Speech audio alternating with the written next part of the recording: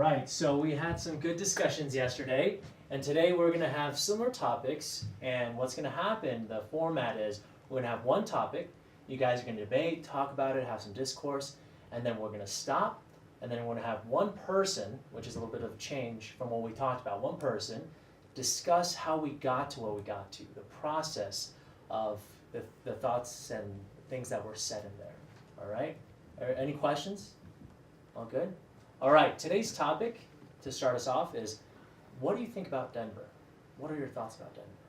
Well, go for it. Well, I guess for me, it's very different than I remember it even a few years ago. It's changed quite a bit, and it seems like there's, the housing prices have gone up considerably. There's a lot more people, and it feels like the infrastructure isn't quite keeping up with the amount of people that are moving here. Yeah. We had a population increase of like 100,000 over the past 7 years in the Denver area alone. So yeah, we're getting big, but this is going to be relatively unpopular, but Colorado got this way by doing what was good for business. People might have a problem with legalizing dope. I think it's a personal choice about whether or not you think it's worth your time. But we made a fortune off of this stuff. And I can't see a single thing that makes it worse than booze. Now I think it definitely exploded our economy. Like, it's insane. And how many people moved here, but it kind of feels like we're playing catch up, like with all of the traffic, all of the construction that's going on.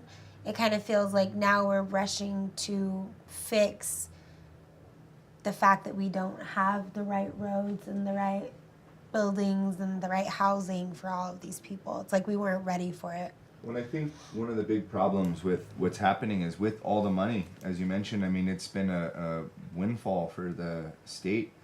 And the problem is that you can't put money like that into a bank, because it's considered illegal on the federal level, so no bank will take deposit. So what ends up happening is you have to put that money into something, you have to have an investment, and so real estate is what a lot of people look towards. And so you see, I mean, I've had multiple friends try to buy a house and they've gotten beaten out by all cash above asking. Yeah. Yeah.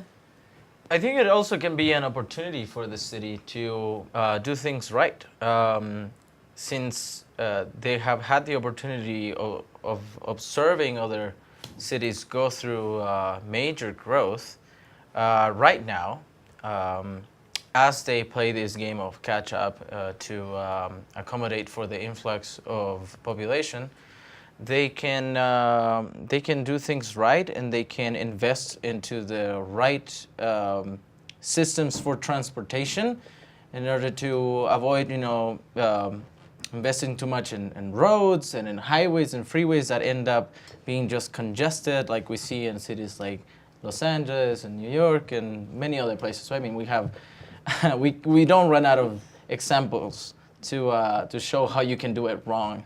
And so I think it's definitely an opportunity for the people of Colorado to really figure out the most efficient way to move people around. Because that's one of the biggest problems, other than housing. One of the biggest problems with the larger population is how do you move them from one side to the other side of the city. So. We're a winning candidate for Elon Musk's hyperloop, which is going to be cool. But Really? Yeah, we totally are. From Like Cheyenne to That's Boulder awesome. in 39 minutes. Oh. Yeah, and then Denver to Vail is the other one, and Wow. it's like supposed to be, and it's crazy. So I think it's like 2022 or something. And I think they need more projects like that. Looking at what happened with the US 36, where they sold off the rights, they privatized the part of the highway and then charge you for using the HOV lane. It seems that money's leaving the country immediately. It's going to I think it's an Australian company, and it's hard to believe. Wait, what is? So all of the revenue, the 36 basically, they Like express toll? yeah. So that part on 36, it's all private owned. So that money What? all goes to I believe it's an Australian company. Really short-sighted. It's I kind of can't like believe Chicago, that. if you're like putting a quarter in a parking meter. You'd think that quarter goes to the city of Chicago, but in a desperate, strapped for cash moment, they sold the rights to that to Japanese companies. Every time you put a dollar or a quarter in a parking meter in Chicago, it goes straight to Japan. What? Yeah. And that's one of my greatest I had no concerns. idea. It's ridiculous. Is the privatization of Denver, and especially when banks aren't able to step up and really help out, other people end up coming in, and it tends to be private money, and private money tends to make demands that are sometimes detrimental to the people within that area. Yeah. But it's important now to get people excited about it, to probably pass out the information, to have the conversation, so that people really are looking for candidates, in the local elections that will push forward for for the best interest of the city, that will be excited for implementing new technologies and new companies from the United States that will help the United States and will help the city of Denver. I think Yeah. Denver is a city undergoing an identity crisis just because of how much it's changed in the past decade. And I think it's in a position, it's kind of that big town, small city on the cusp of becoming a big city. And depending how they maneuver this influx of people coming here, they could position themselves to be the greatest city in this country. I think we There's- already are. I've been you know what? I've been all over this country and it's my favorite. I Yeah, don't want to mine leave too. anytime soon. But I've been spoiled coming from the Midwest where we have really great public transportation and things like that, and that I kind of take for granted, and some things that feel a little more commonplace in other cities that is still kind of a blossoming idea. But I think that it's just interesting because, there's a lot of locals who are upset about young people moving into Cap Hill, and all of a sudden what was an $800 studio apartment is now a $1,300 studio apartment. Gentrification. It's Yeah. Yeah, it's especially something- like 5 Points area is another one that had All of a extreme sudden. gentrification over the Yeah. last Oh yeah. 5 But to 10 years. That's what brings us to our identity crisis. It's like, how do we take care of the people that were there but still allow for progress? And we want everyone to know how great Colorado is. You can't be upset when people start to realize that and move here. Yeah, absolutely. I think it's my favorite state of the 40 I've been to, and it's got something for everybody. It's you get outside the city of Denver, and it's completely different sort of mindset with people, and it's so funny how close they could be together, but just two completely separate bubbles. Yeah. That's what I think a lot of people love about Denver, and I know that's one of my favorite things is if you want more of a city vibe, you have that access to central Denver, but you can go 30 minutes, an hour west, you're in the mountains, you have all the ski resorts, hiking, snowboarding, and of course all of the activity here also, draws in tourists on top of the legalization of marijuana. So I mean, there's just all of those compounding components drawing people to Colorado right now, but I think it's because it has all of those options, and it's not you get 4 seasons, you get mountains, you get the city. There's something I think for most demographics. Yeah. Absolutely. I find it a little interesting that you seem to support public transportation as a libertarian.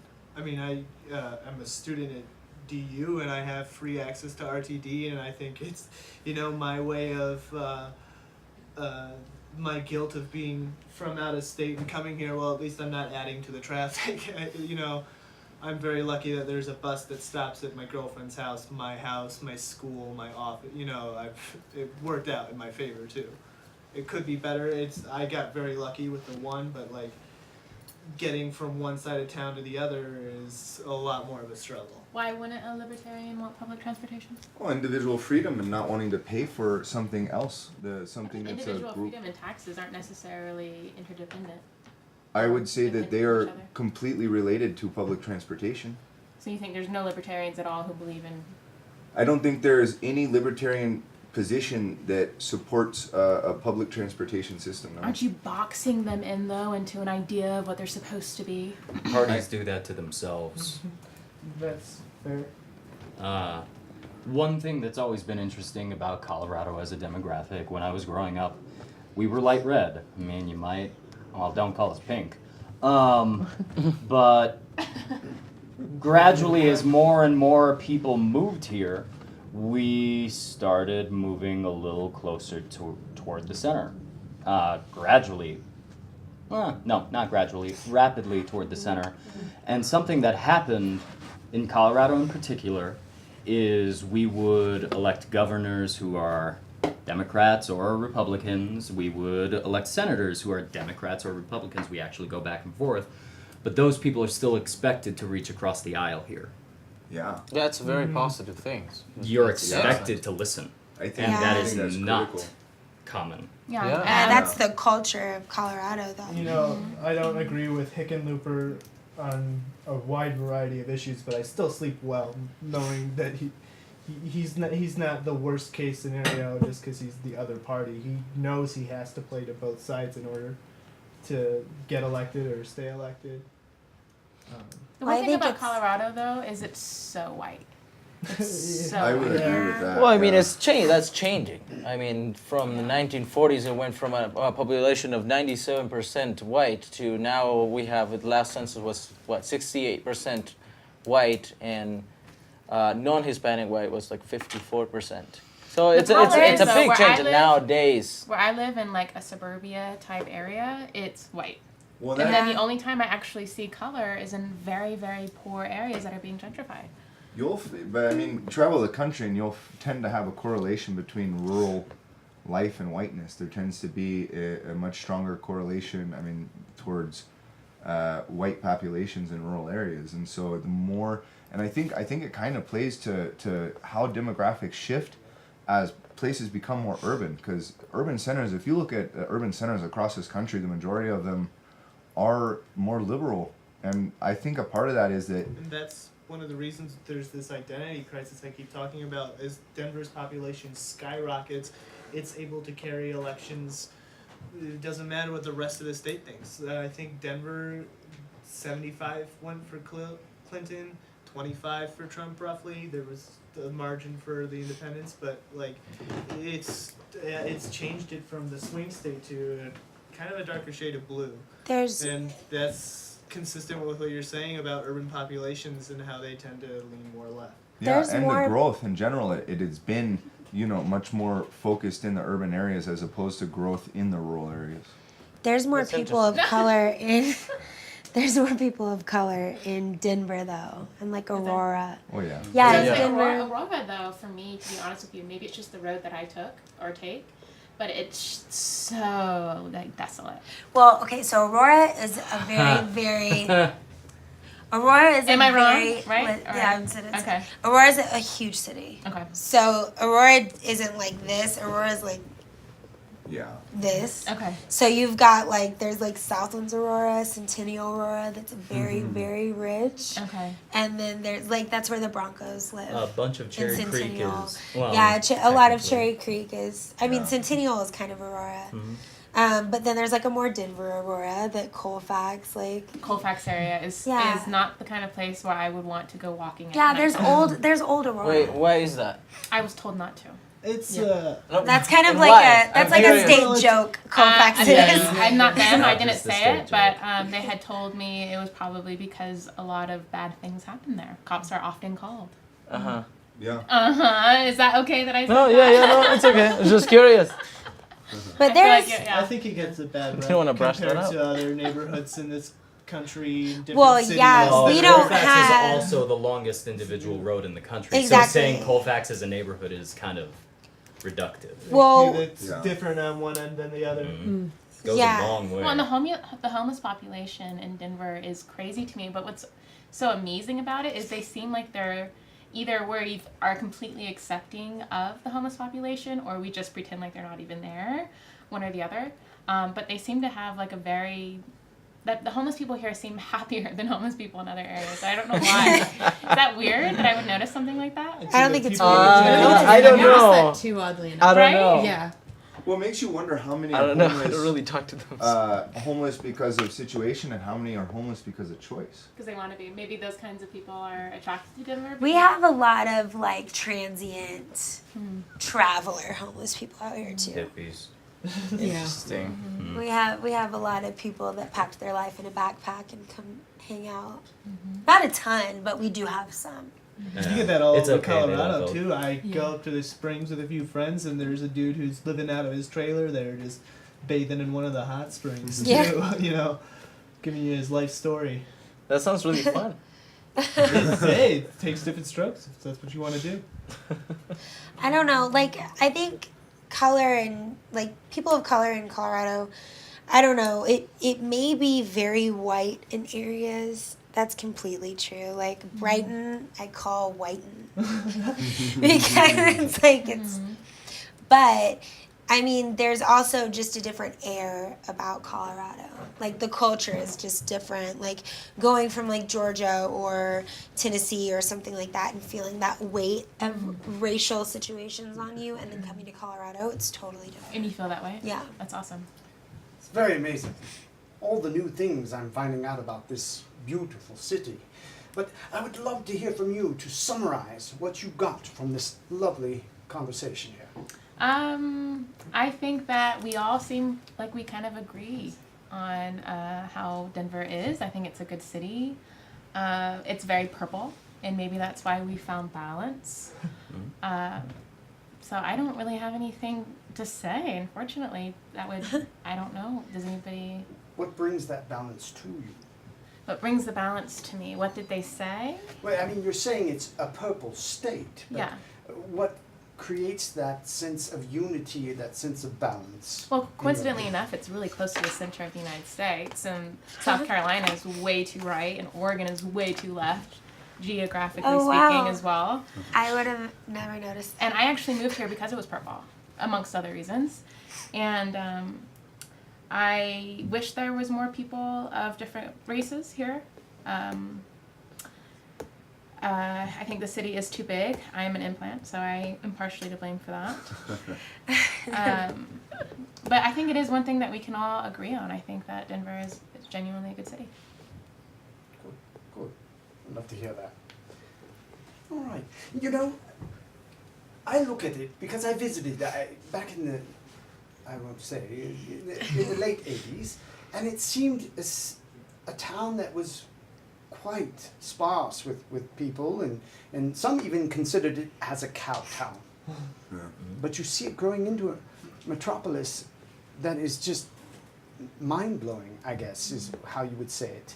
And you foresee it expanding even larger than it is, and because they had the foresight to take what little airport they had and put it way off in the distance, and everybody thought they were crazy. They thought, oh my gosh, nobody's ever going to want to go that far. The Denver airport out there in Nebraska. Yeah. Yes. But have you seen the encroachment of all the residential homes coming into Oh, that yeah. area as well now? It's not so far out It's anymore. everywhere.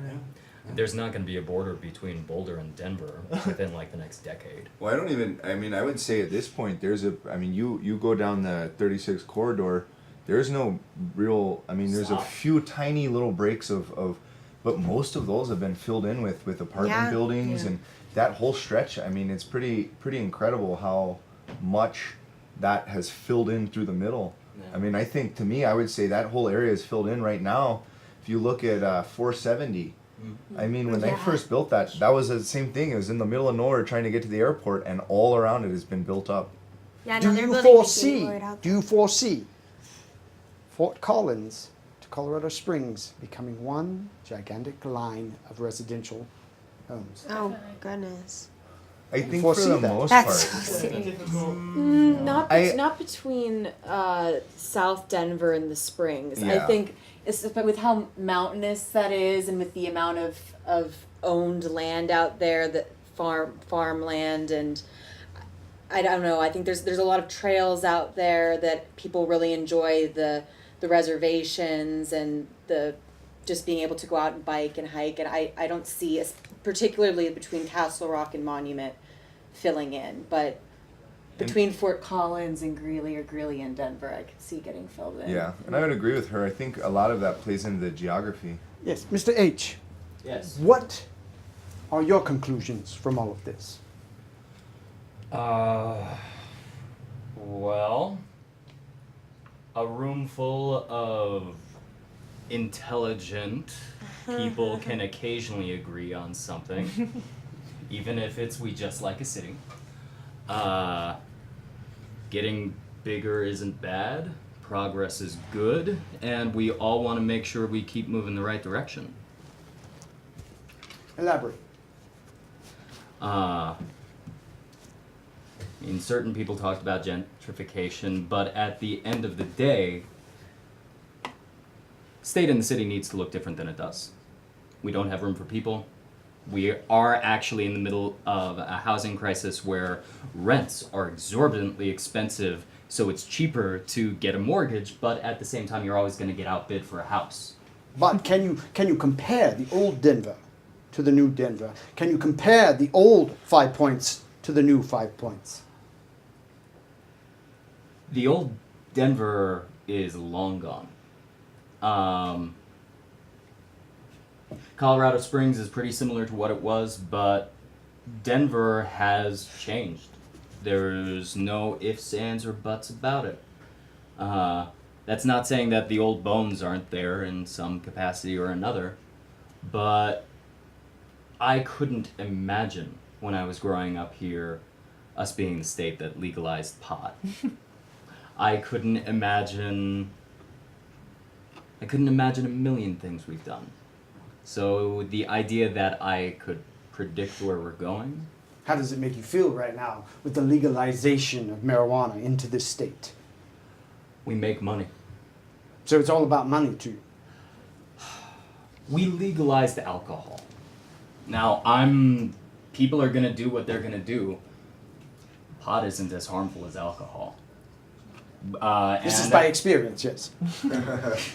There's been studies. Well, it's by research as well. There's been and extensive. beyond that, okay, I mean, I really, really hate how much my opinion has changed on this. It always makes me feel kind of embarrassed. But the fact of the matter is, we've got an opiate crisis nationwide. Mm-hmm. It's hitting us less hard in Denver because we legalized pot. Okay, so how do you compare the rest of your students and colleagues in this class on how they affect your opinion of Denver?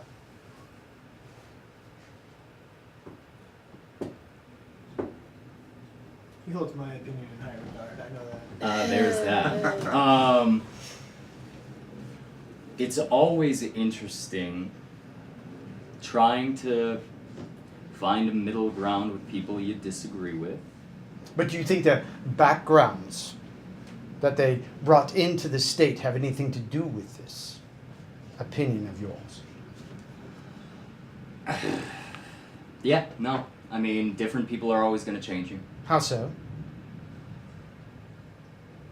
Politics is a people business. It is about affecting people. It's about affecting change. It's about taking ownership of what you believe in. And in order to do that in politics, you actually have to get people to listen to you. And Do me this. Take each individual in this class. Mhm. Break down their background for me and why you think maybe they came to this state. What you think their influence of the state has, in your opinion.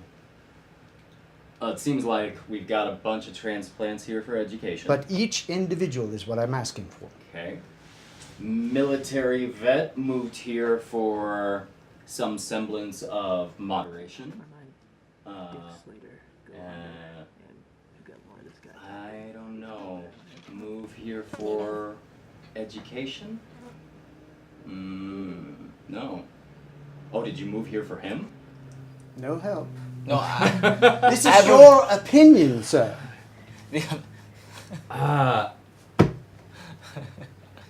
Please, we're open to debate.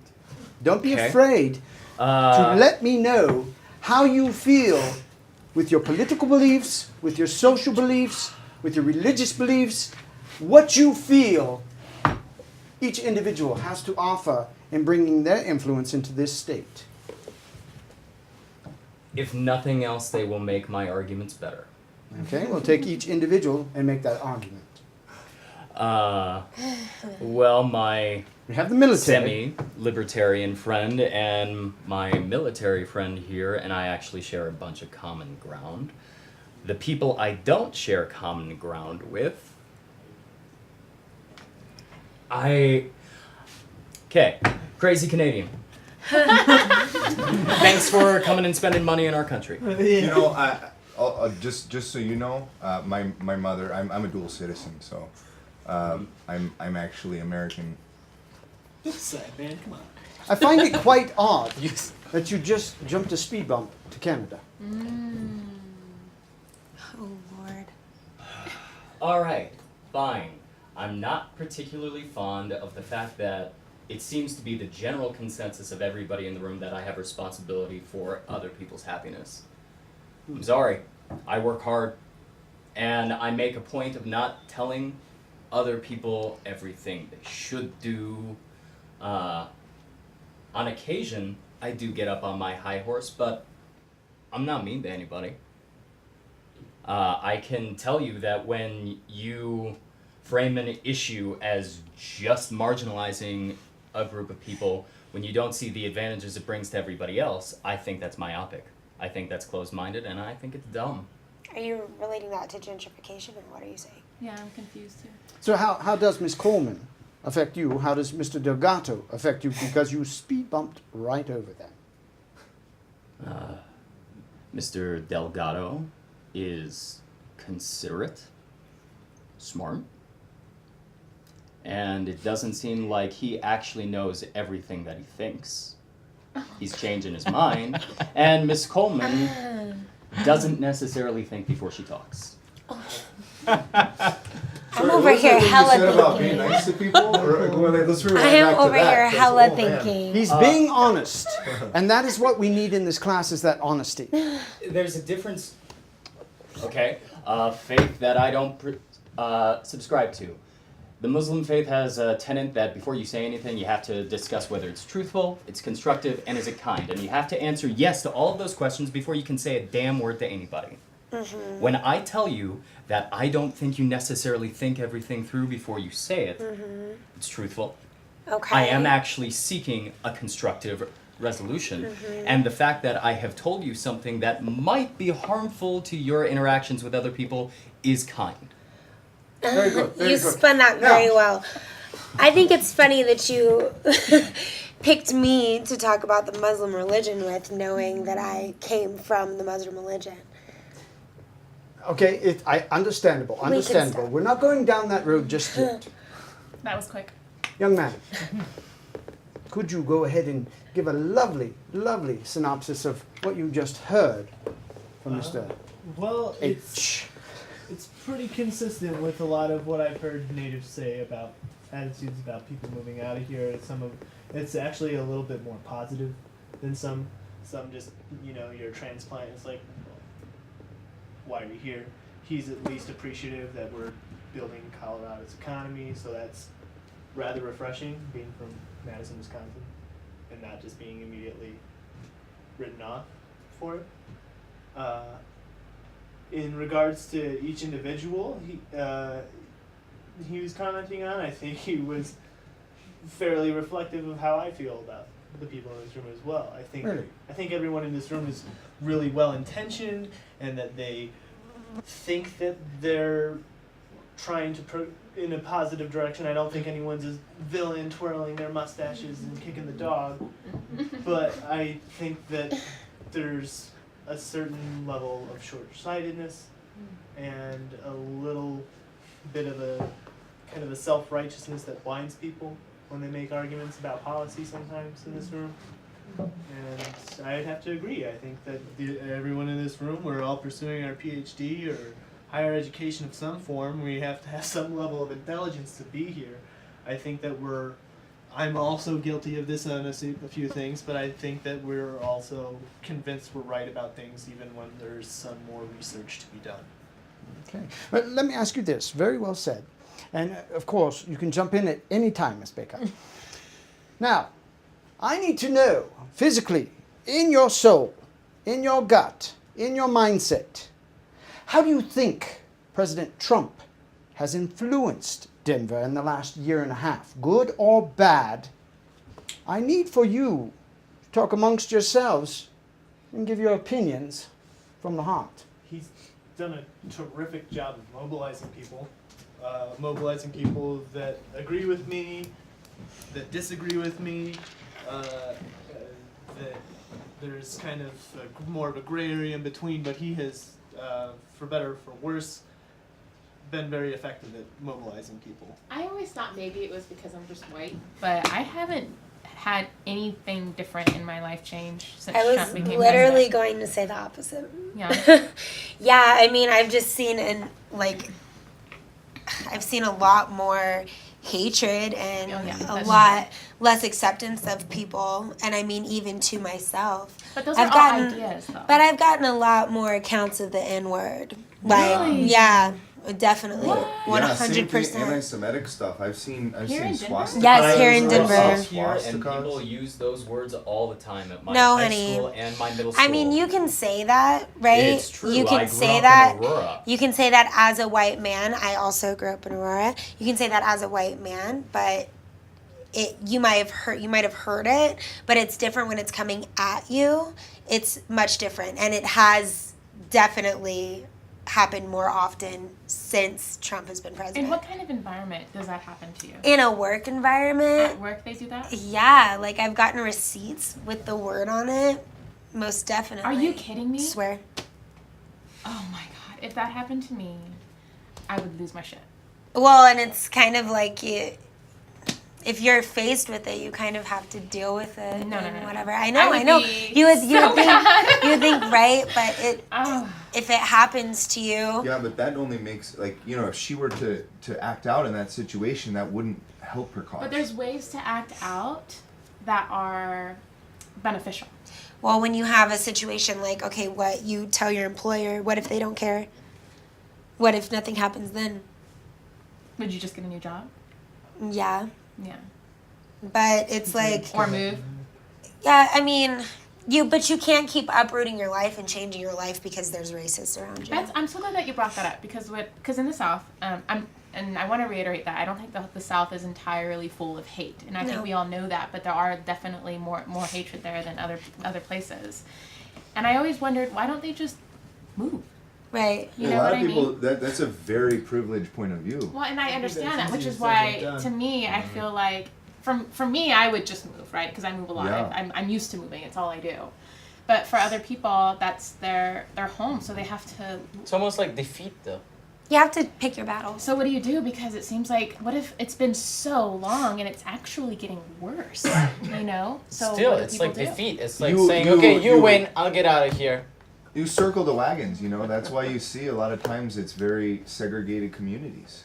And it Well, it people depends. seek their like. That has nothing to do with what other Do you people think But it's why- racist? I don't- Because but I why read do an article people this sig- morning, actually, coincidentally enough, that was really shaming white people, because It's a you trend. don't make your kid go to this school full of colored people, so that makes you racist. Well, is it? Because what if is it what you just said? And I'm not saying I believe one way or another. I'm just putting it on the table. What if it's what you just said? People are more comfortable with their people, with who they're like, and cultural I similarities. think that comes down to ignorance. I think that comes down to people that haven't been around other cultures and experienced other cultures. I feel Fear. just as comfortable surrounded by a group of people that don't even speak English as well as I consider myself pretty colorblind in that way. Have you I been a grew up- minority before? Oh, I've been I've been the minority in many When were you the situations. minority? So I lived in Thailand. I fought Muay Thai in Thailand, and I was the only white person in the entire building. I think being a like minority how in you had to Thailand mention is a that lot I different than being a thought. minority in America. I think in Mr. Thailand they H, probably look at you like Mr. a Marker, rockstar. I find your silence troubling. Uh, Because, clearly you have an opinion. I was waiting for my turn. Well, Oh. it's never stopped you before. Cute. All right, hold on. Give me the thread now that apparently I'm in the hot seat. Yeah. Okay, so I grew up in a section of Aurora that was lovingly referred to by its own residents as Saudi Aurora. Saudi Aurora. I didn't do anything to make those people cloister. I didn't actively seek to shepherd them into a neighborhood, and I don't know anybody else who did the same. But when my friend Bahman moved here, and a bunch of his family came, they moved into the same neighborhood.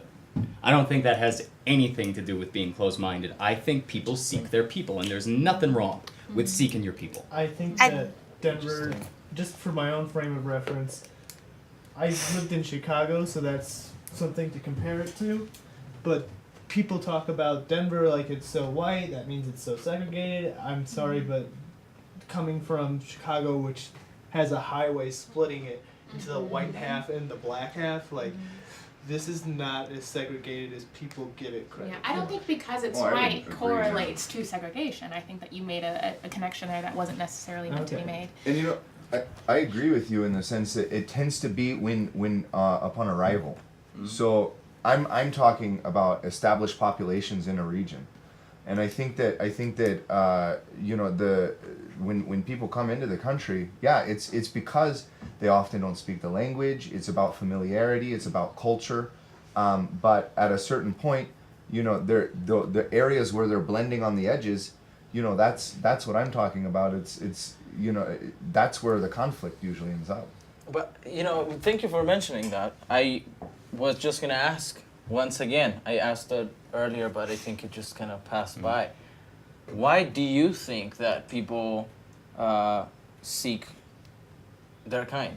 Why do you think that is? Do you think it's simply because it's comfortable, or do you think that it has to do with the fact that they might face a bit less discrimination and they might search for that, you know, shelter with their community? Because it has happened in certain communities where, you know, the new family comes out of town, you know, and they're different, so immediately, like, nobody wants to talk to them. Nobody lets their kids play with them, kind of thing. And so you really don't want to go through that, and it might be, maybe, I don't know this as a fact, but I'm putting it out No, I as a would- question. Maybe. I would say that, yeah, it's not an either or thing. I think that you're listing several contributing factors. Yes, Yeah, definitely. but are we okay with those things? I would It is say what that. it is. I mean, I It would is what say it- that you it think is- Am I It's okay responsible that people- for other people's races? No, but No, Unless you're well, building them by voting kind for of, them. kind of. You kind of are. When you don't stop it in their tracks, yeah. I mean, I mean, you can you lead mentioned a it horse to yesterday. You water. become an enabler when you don't stop those things, you know? so what do you think he should do? I Yeah, mean, what is my responsibility to stop racism? Because I'll do it. I think that thank you for asking. I think that one of the best ways to do your part in stopping racism is to not allow the little things, the little comments that sometimes just slip The through the cracks microaggressions. that you just kind of go like, oh, you know, that's him or that's her. Well, Yeah, you know, then that's just every- kind of how they are. I think that when you make the effort to stop every little thing, eventually, maybe this is just me being optimistic, but I truly believe this. I think eventually people just kind of get the point. It's like that's not okay to say.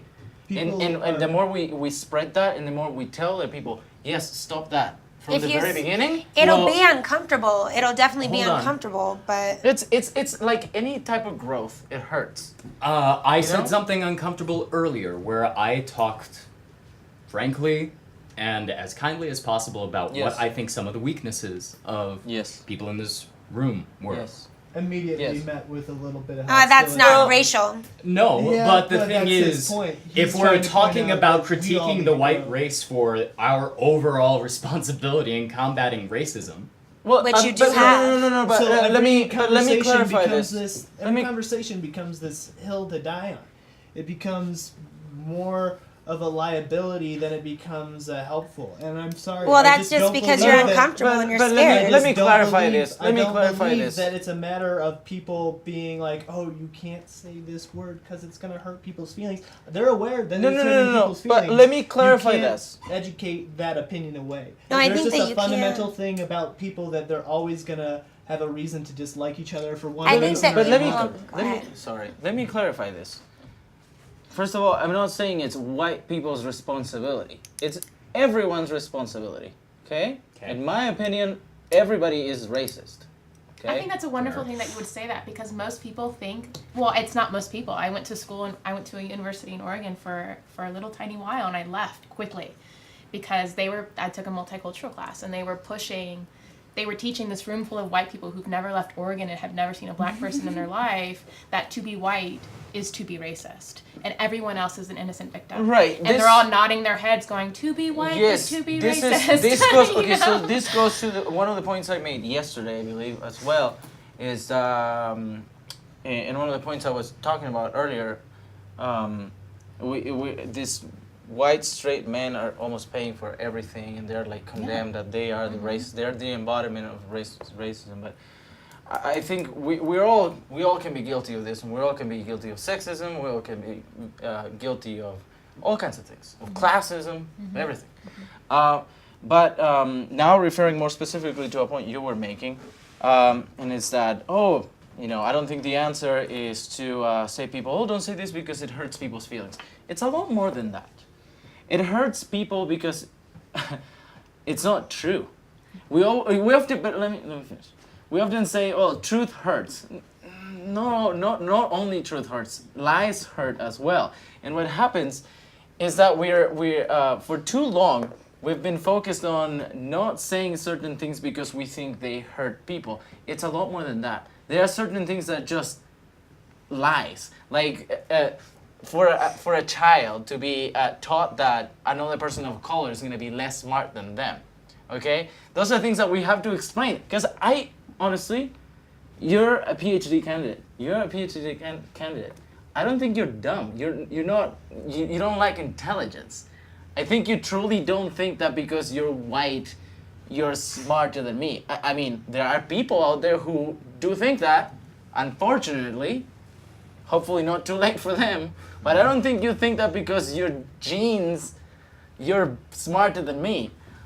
Yeah. But if we stop people from the very beginning about having any type of rhetoric that goes in that direction, and we explain them why, the truly why, because it's not true, instead of because it hurts people, I think we get a lot farther ahead. I don't think white people think that they're smarter than people because No, There that's, are some white people. There I've have never been heard some. anyone say that He's before. kind of taking a comment I made and taking it in a different direction. Establishment in the US. Because when I'm commenting on how it's not nice, I don't mean to dilute how profound the feelings are associated to certain attitudes. My point is, no amount of explanation is going to change that type of person's mind. So you give up on them? What do you propose is the best way to deal with that? Because you're not okay with it, or as you. We have to understand, kind of. So just like No. suck it up. Unfortunately, No. people are It's easy always- but it's easy to say to another person just suck it up when you're not in the receiving end of all that hatred. You know what I mean? But a war, it's like because people don't hate white men right now. it's a war on Eh, rhetoric. but you're Yes. saying it right now too. Impossible. I'm trying to be like pacifying about that. And I'm saying, you understand, right? Yes, I But understand. here's the thing, though, There's a it lot of becomes people of color who think that they're smarter than white people. there's Yeah, it's. We should stop all of them. But sorry. it's Please. just an issue of the fact that people are always going to have reasons to fight each other. It's kind of like a war on rhetoric, which, by the way, what you're describing, telling people what they can and cannot say, is a fundamental. Yeah, it's in- unconstitutional. No, I There's would. the I First disagree. Amendment. The on First hate speech. Amendment. That's not what he's saying though. Okay. He's not saying controlling what people are allowed to say and what they aren't. Changing the He's culture. describing policing. No, he's not. No, he's No, describing no. culturally. And lecturing people is a. Nope, that's not what he's saying either. No, people. But you're Okay, not so saying people will always have the right to say whatever the hell they want, but Then you there are can't be cer- surprised when no. you don't like what you hear sometimes. No. But true. But what we should be policing is truth. Okay. Right now, But what is especially. truth? Well, That's a there are hard a one lot- because these people, like a lot of times, the people who believe these things, they feel that they have proof. Back to what you were saying before. There's books and books and books written about this in terms of skull shape and size and all of these random measurements of like what determined why white people were smarter than any other minority, and it's completely false. But you know, there is that, and they point to that, and they say that that's supporting evidence. I think And that so the people who believe that fact are is a a small hard thing that pocket way. of people. I'm not saying it doesn't exist. I know it exists, but I don't think it's significant enough to address it to the entire. I think it's bigger white than you affects- think. I- I you think know, if it I affects think anyone, I it's think it's significant. bigger than you think it is. If it affects Yes. anyone, it's significant. I think it's bigger than you think it is, though, because there are a lot of people who have these bias that they think that as a white person they are smarter than people of color, and it's something that they don't even address. Why would you say that Okay. though? What have you experienced to make That's you think historic. I mean, exactly, Yeah, I mean and that's well documented. And if you look politically, that? I mean, I want to know her personal experience. and okay, so there's just after since Trump has become president, there's a lot of things that are coming out about people's beliefs that they've never said before and that they've never addressed before. And so there are a lot of these like tiny biases that are subconscious that you're not talking about all the time about. I've met a lot of people who have been racist in that way, who have thought, well, I'm smarter than a person of color. I am more able than a person of color. But what have they done to make you think that? The way that they talk. The way they talk, do you think That's it's just big condescending? enough to mean. I mean, not even condescending, but the way they talk about people of color. Can you I give just an feel like, example, or? I mean, kind of. I feel like the fact that I'm put on the spot is hard for me Yeah, yeah. to give you an example. Can you think of an Um, example? I mean, yeah. you're a person of color, right? Technically, kind of, in America. Super. What do you think? Super person of Super color. person of color. I mean, what do you Super Can all you- the way, can you 100% person of color. ask the question? What has happened in your life to make the statement so confidently that white people think they're smarter than colored people? I wouldn't say a statement like that. I wouldn't That's say my a statement. more. That's, yeah. I I thought wouldn't you say. That's said. my Didn't more you say that? No. What He I said said. sometimes there was he was I said, referring I to don't- very specific white people, not all. I said Yeah. I said to him, I don't believe that you think this Him personally, personally, and I don't think that he believes that either. but white people. But I said no. But I said there must be some people that might think that, And also, because there is some people that But you've think never might experienced think it anything. personally. I will say, I've heard it on No, conservative talk no, but radio. I've read Right. about- Rush but I've Limbaugh read about I it. got stuff raked like over that. the coals the other day Alright. because I made a comparison to white responsibility when we're talking about people call the Republican Party Islamophobic all the time. And it's because the Republican Party makes statements like Islam must take responsibility for the things it does. No, that's not why they. No, that's not why. No, it's because No, they it's put a more like- ban So on how it. is bans on people coming from countries Can- because they're predominantly Muslim, but only isolating ones that don't do business with Trump. Why are we Can I pretending also this is say- the first can I time also this has happened say- in American history? Just to That doesn't mean another it's gay, though. example, We had another slavery. an example. Let Mandy talk, please. Y'all, Thank you. yo. All right. Sorry. An example that is easier to find is just if you look at any comment section on any, like, almost any video, you can find a large amount of the comments from white people if it's a racial video The of sad sorts. thing about that, though, But is people are gonna troll everything. trolls. Okay, but those Extremist trolls, a lot of extremist trolls are still thoughts that are coming from them. Those are still thoughts that they have about being, as a white person, smarter Do you ever than people consider of how color. much power you're giving these trolls? I'm not though? giving them any power That's- because I don't you're respond to mentioning them. right now. You're But they bringing them offend up you. as a relevant point. Well, I'm not giving them power because they But- don't and no know offense, that I'm but- talking about them. But White think of- people commenting on racial videos. I mean, yeah, the nature of responding to the video is gonna attract opinions of both directions. All But I'm directions. just saying, if you'd like to see examples, there are examples in almost any I think I comment would section But, of any video. real world. But Well, yeah, I'm just So, saying, just I mean, to, the president, for yourself the president to see. said that with Omarosa. I mean, you know, he made comments repeatedly about her intelligence, Of and Maxine that's a Waters documented too. thing historically about intelligence relating to people of color. I think that might have Trump actually been a talks male about female lots thing. of people No, it was that a he doesn't complete. think It are was a intelligent. Okay, racial but theme. right now we're getting Wait, caught. no. Ted. How many people has Trump called dumb? A lot.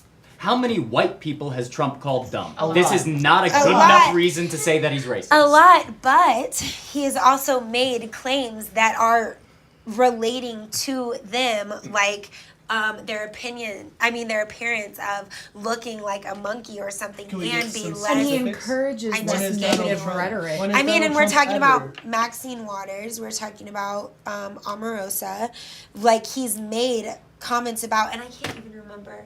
There was someone that I know. it's Well, I really- wish I had an example, but it exists. I'm not lying about it. Google it. You have your laptop right there. I think the Where thing he is, did like, talk about I her feel looking for like people a of color. girl. I would not want to be a person of color in America. I would not want to be. And I think the simple fact that I would say something like that is an indication of something bigger. That there's a problem. That there is a problem. However, I don't think that pointing your finger, wagging your finger at the entire white population and telling them that they are wrong. and Which that is not what I That did. will never amount to anything. I'm No, not saying you it's did. right, I'm right, saying Like how- the whole people of But, color movement. Can I I- hold on just yes. a second? The whole people of color movement is saying you guys are wrong. You owe us. We are on the pedestal now. You need to say you're sorry. White I is feel like racist. that's super Do not you what's really going did not on. look at Black Lives Matter in their platform whatsoever. That's sorry. not I what's went going to- on. It's I'm not like telling she. you, It's and- not like she's wrong about how people on the left tend to make blanket statements about people that they haven't Well, really and people on tried the right don't imagining do how But, they think. Everybody allowed makes everyone blanket else to statements finish about their it. points. Everybody. When you we're guys calling heard- it out, Have you guys every really not single heard productive. that people of color are like completely demonizing the entire white population? Yeah, hell yeah, I've I'm heard sorry, that. And do you but think if I that's could I say think- anything beneficial in one any point, way? What? it's simply that it's the same mentality you have about the election. It's like, oh, all these Trump people are racist, but you're gonna vote for me in 2020, right? Because we're better now. We're the better part. But no, it's you're putting us all into the same box, and then you're saying that you're wrong, and we have been making zero attempts to make a better argument. You're saying I that- don't think. It's like Okay, I labeling. don't think that all white people are racist by any Just means. Trump supporters. At all. No, and I don't think all Trump, and I've never said that. I don't think Trump supporters are racist, all Trump supporters. I don't think all white people are racist. I don't think any of that. But I do think that it shouldn't be that hard if you're not racist. You do have a little bit of responsibility to right those around you when they I make disagree. racist No person when they has make I'm going to responsibility finish over my anyone else. sentence. Go on. When they make racist statements and when they have microaggressions against people of color, it is your responsibility, not as a white man, but as a human being. And the fact that you shy away from that responsibility is very concerning. As an because it American- shouldn't as be an that American- hard. How about person. I don't hang around with people who use the N-word? I don't hang around with people who are saying things that I have to correct all the time. Okay, so what but am I you're supposed still to gonna do? hear Go it. seek out assholes? Well, the thing is and No, what you but were I feel saying like in earlier. public, if you Policing see, what you know, people say. it's like when you go Policing to what the people say. airport. No, it's you not know? policing what people If say. you see something, you say something. Policing. It's not policing what people say. It's giving an opinion and trying to help right a terrible mindset. And what you were saying earlier about that, just looking for an example and not seeing it. The sad reality is, and this isn't meant to be negative, but y'all don't see it, and I see it, and I don't have It may be something that you're going, well, I don't really see that often. I don't hang out with people like that. But I see it all the time. I deal with something racial and racist and microaggressions every day of my life. And no one's denying that, but I'm saying that I'm responsible for one person, me. Absolutely I'm not. sorry. Let me tell you a very Everybody's simple responsible example. for Let me their give you a very own simple place in this example. world. So we have the freedom to say whatever we want. Wrong. Okay. No. There are certain things we don't have the freedom to say. For example, fire. On a full Yeah. empathy. You can't say that. Right. Why can't you say that? There's an immediate threat to people's safety that's not present with racism. You don't think so? If you People start, are if That- you doing get it fired and that in might- a okay, crowded room, that people might are going be to the- trample each That other. might be that one of the things where we might disagree in the most. I can't. This Categorically. frustrates me so much. Categorically, yes, correct. I'm- Why? Because you don't think that racism is an immediate threat. Yet it is. There are people who get killed every day who are That's harassed not every what I'm day saying. I'm about saying this, there's a and it difference. doesn't only go towards people of color. It also goes towards people who are white. This is not something that is supposed to just save us and screw you guys I'm not because you guys are the saying that perpetrators. racism This goes isn't both a ways. problem. This I'm goes both having ways, problem. and I want to be as eager to stop the very small pocket of people who might say ridiculous things as because I'm white, I'm smarter than everybody else. I want to be as eager about stopping those people as people of color who have absolutely no understanding that what they say and the way that they frame certain things is also hurting the new generation of white people who are just resenting them for the way that they're treated. You understand what I mean? Yes, and I am trying to bridge the gap between that and my life. Again, I'm not hanging around with that element, and I'm sorry, it happens to you all the time. That's awful. Yeah. But I'm not there. Right. How can I? What is he supposed Well, to Why? do? you know, but What am I it- supposed to the do? way- But you might be there one time. And it doesn't have to be your friends. We're not talking about your immediate circle. We're talking about the great. You go out into the population, don't you? And So- I mind my business. It's really So- white in Denver, so though, you so there's know- not very many opportunities to like. Yeah, but white people, a room of unchecked white people is the craziest thing ever. What do you mean? Like a room of just Whoa. oh yeah, no, I'll say it. Thanksgiving Let at me my say house. it. Okay, so a room of white people with just completely unchecked, with no people of color in the room. I could say that about Hispanics. Right? and Okay, about we blacks. could, but right now, let's but right put that now clear I'm first. No, I I'm think gonna say my point about a room of unchecked white people. Let her finish her statement. Okay. Okay, are you often in a room of unchecked white people? Are you in a room of all white people? Because I often am in a room of all white people. So I'm sure you are. So in those situations, I'm sure that whether or not they're saying something, like they're not talking about a specific black person and calling them the N-word, but I'm sure there are microaggressions happening all the time that you are not defending against. I also don't devote 100% of my attention to the possibility of microaggressions and every And But it's also, very you're important. making an I'm assumption sorry. that a room full of white people is just going to make a habit of talking I'm not about how they saying- don't like people of color. I'm not but saying what- all the time. When she said that, kind of what Miguel backed on there is that it is true. Any isolated group on the extreme Yes. has that happen. Any group. Whether it's a group of black people, whether it's a group of Hispanic people, whether it's a group of Asian people, whether it's a group of white people, the further you get towards the extremist side, the more that happens. That happens in isolated groups all over. You know. This is That's why called mob isolationism is- mentality, and those people don't do So bad my things point on is- their so- own. so So mutually that's I have a kind of exclusive to control. white I have a question No. for you guys. Have you guys ever seen racism in your face, like actively in front of you? Yes. I could think of And what something did you I've do? I told my dad to shut up and leave Buckman alone. So Oh, there. good for you. So this whole time you're arguing, you don't need to stand up, and you fucking did it. No, see, there's a difference between saying that it's my responsibility to go out and seek this fight. Oh, no one like said No you one should said like that. anything. We're No one just said saying if that. you see something, say something. Yeah, no, It's said I your think responsibility. the thing is How- you say it's not my responsibility, but I think that's what makes us American.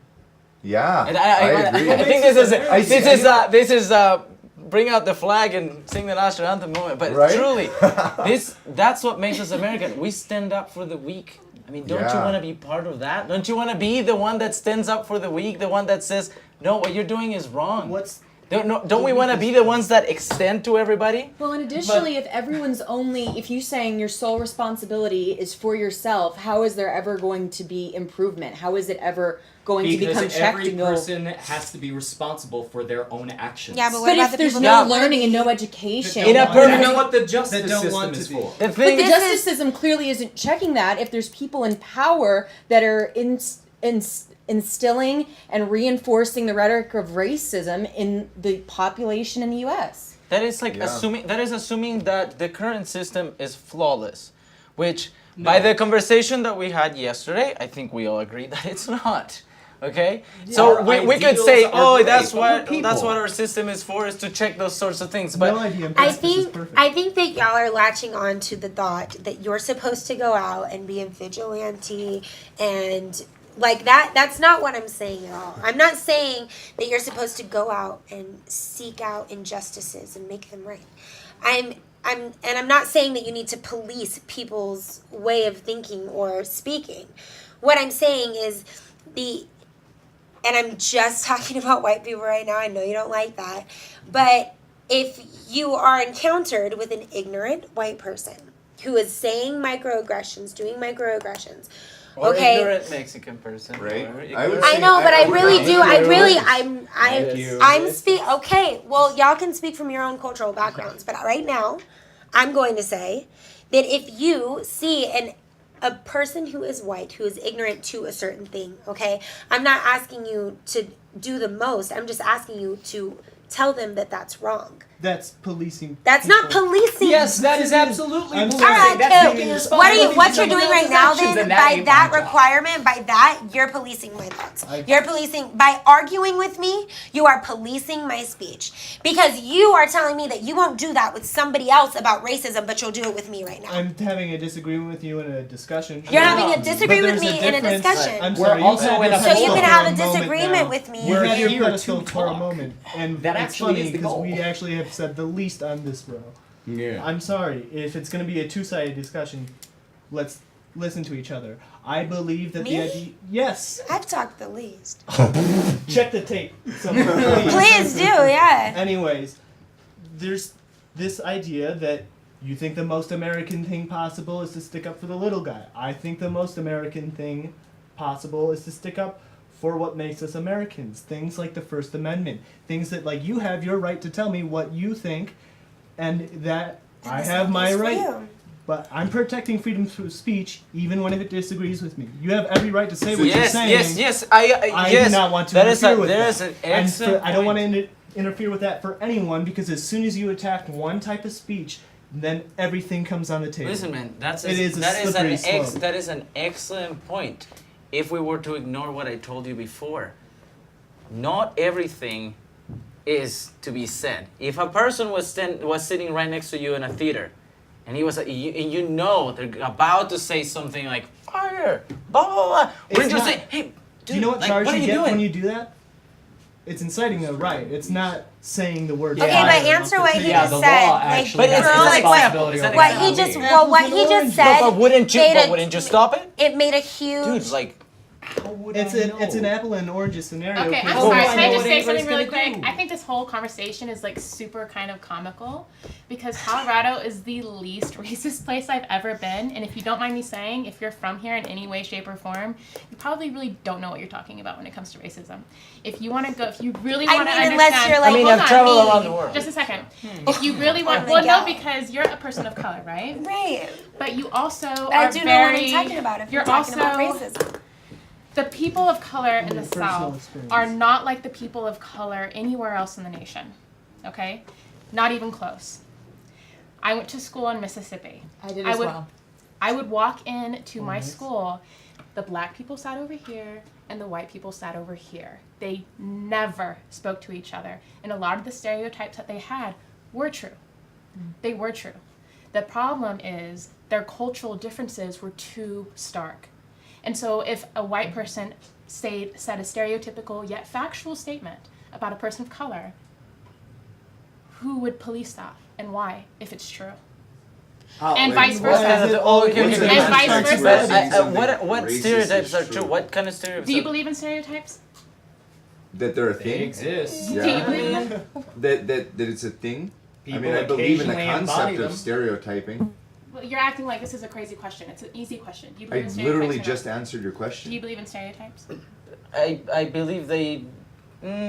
Here's the thing. I believe them as an observation. You can observe certain things that certain. You don't think people that there's behave. different No, I cultural believe they're behavior? a hyperbolization. Do you believe that of- there's specific cultural behavioral characteristics in different races that you can like characterize? That you can observe, yes. Yes. you can Okay, observe so if certain things, another okay. person who doesn't share those characteristics points that characteristic out, Okay.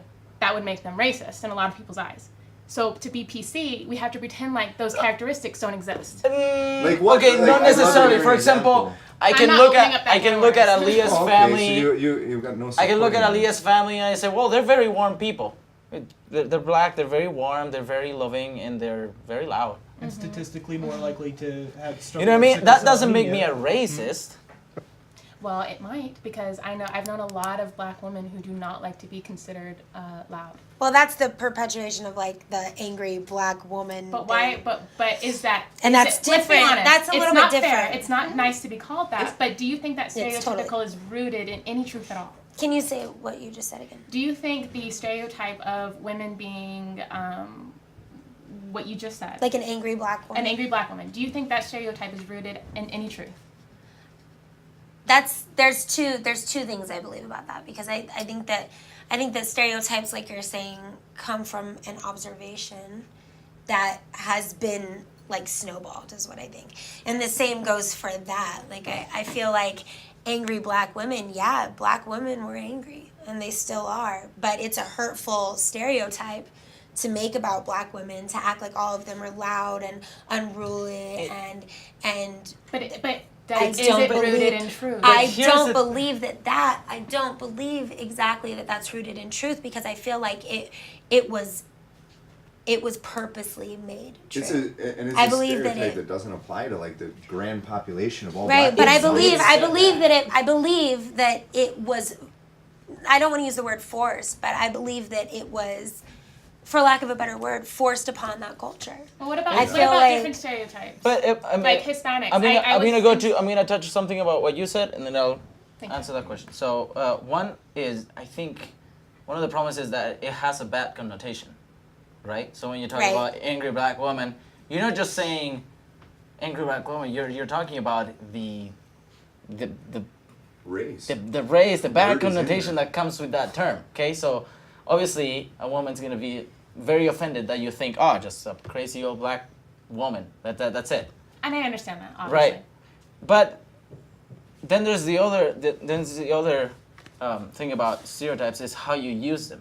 Okay, there's I think it's maybe fair to say as an observation that in a Latino community you will find a lot of very sexualized people, because we're a very Yes. sexualized Yes. Culture. culture. But it wouldn't be fair to assume that I'm going to be a very sexual person if you're just meeting me and you're thinking about dating me. You're But like, would it oh, be no, fair? I'm sure you are super sexual. That would be a completely wrong use of that stereotype. But it's all relative, though, right? It's all relative because, for example, because you people in couldn't your be able culture- to, you shouldn't be able to assume that I'm gonna be But a why super not, though? sexual Because, person like you just said, people because in your I'm culture, Latino. when they But meet you could say, you can yes, you sort of will think- find a lot of sexual people in the Latino culture. You know what I mean? Yeah, the individualization But you're of a asking broad white concept people to an to individual. ignore facts rooted in truth because it might be hurtful. Which reminds me of a quote that I heard the other day that they're really pushing in the liberal agenda is it's better to be nice than to be right. It's better to be kind than to be right. And when you have a lot of people who Oh, we say, have that between men and women too. Yeah, I was gonna say, you tell a woman she looks good in that. Okay, well, anyway. And I think a lot of people have a hard time with denying fact because people might get hurt. It's the safe space But idea. what do you mean denying fact? In what cases Because is their it protecting? stereotypes exist because they're rooted in truth. They're general statements. They're I general, agree. but that's what I'm talking about. They're general statements, but you can't. They can't as be you said, taken you as can't- truth if they cannot be applied to everyone in a population. But Exactly. you're asking people to pretend those stereotypes aren't real. No, Ladies but if and you let gentlemen, 10% of the your population- opinions and intellect continue to astound. It's time for a break for you, don't you think? Yes. Yes. Sounds good. Ding ding, round one. Got it.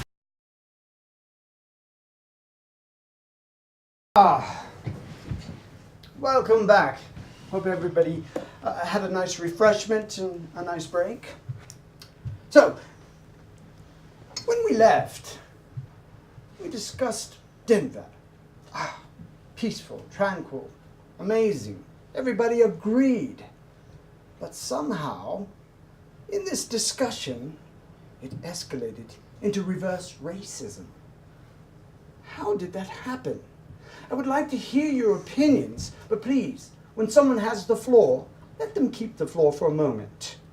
And then we'll talk a little bit more as we go. Mr. H, how did we get there? Well, we went from talking about the state of Denver to talking about racism, and I believe it was because Aaliyah talked about Denver's progress moving forward in specific places as gentrification. Okay, everybody's gonna hate me in a second, everybody's gonna be mad, but we're just gonna do some American history really quickly. We signed the Constitution, and that was based on what document? Does anybody know?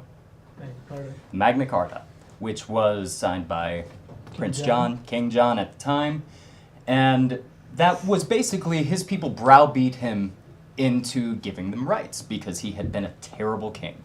And we essentially did something similar here.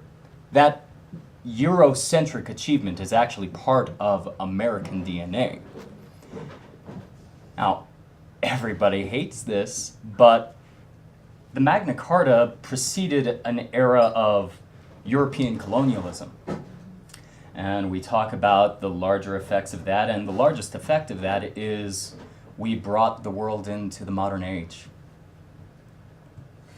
We are a Eurocentric culture.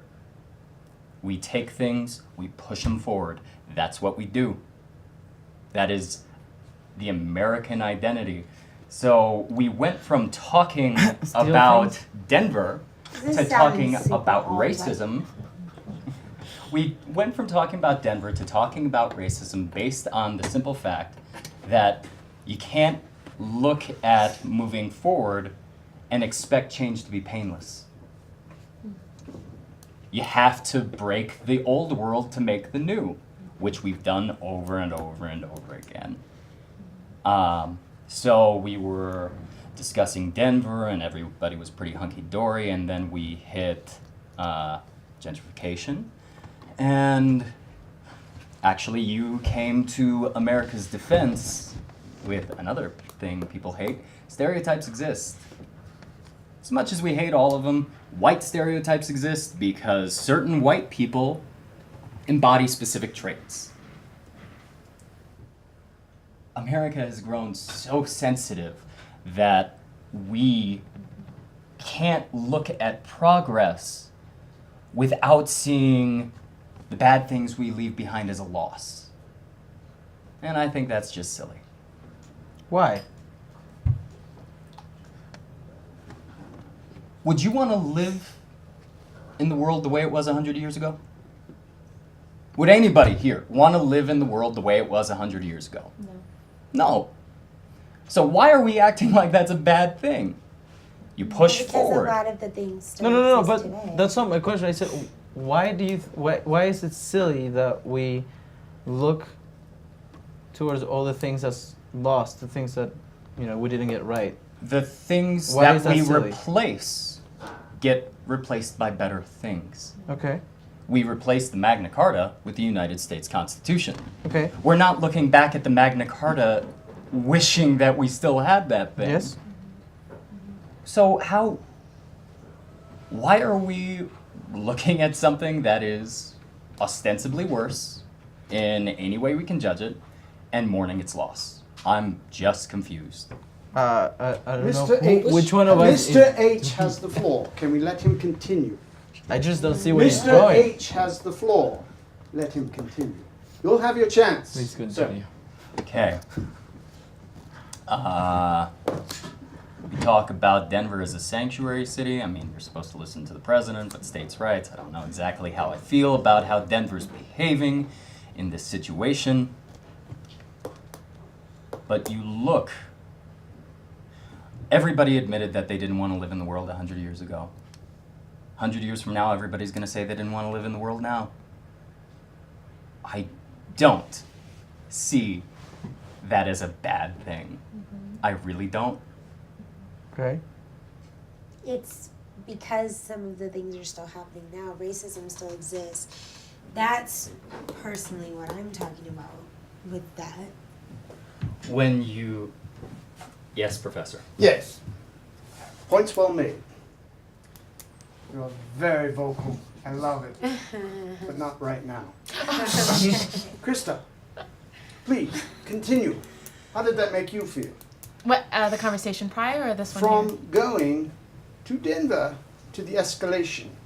Oh, I see. How did we get there? I have been given the awesome opportunity to travel all over the world and to experience cultures. As a white woman, I have spent the large majority of my life as a minority. And so I feel like that's allowed me to see things from different perspectives. When I live in a place where the culture is the same, even though we are all different races, it's hard to have a discussion on cultural differences because we are all of the same culture in this room. We are. We might look different, but in my opinion, we are all pretty similar. Now, if you go to a place that's truly different, like, and I keep mentioning the South because it's my frame of reference here, and I also think the reason why Trump won. The differences there between those cultures are not something that you can just tell the other culture they're wrong or they're right, because we don't know how they feel. And the problem, I think, with people of color in this nation, from what I understand, is that they are angry. They're angry that things aren't the way they want them to be. But as Andrew was mentioning, we have evolved and grown so much, and growth only occurs when two contradictory forces collide. And so, in a way, we should be thankful that our differences exist, and we should be, instead of combative and condescending and non-empathetic to each other, we should consider our differences and try to understand our differences and grow from them, right? In my personal opinion, I feel like it's better to be right than to be kind. Why do I think that? Because if we're not right, how will we ever grow? It'll be all based on a false foundation.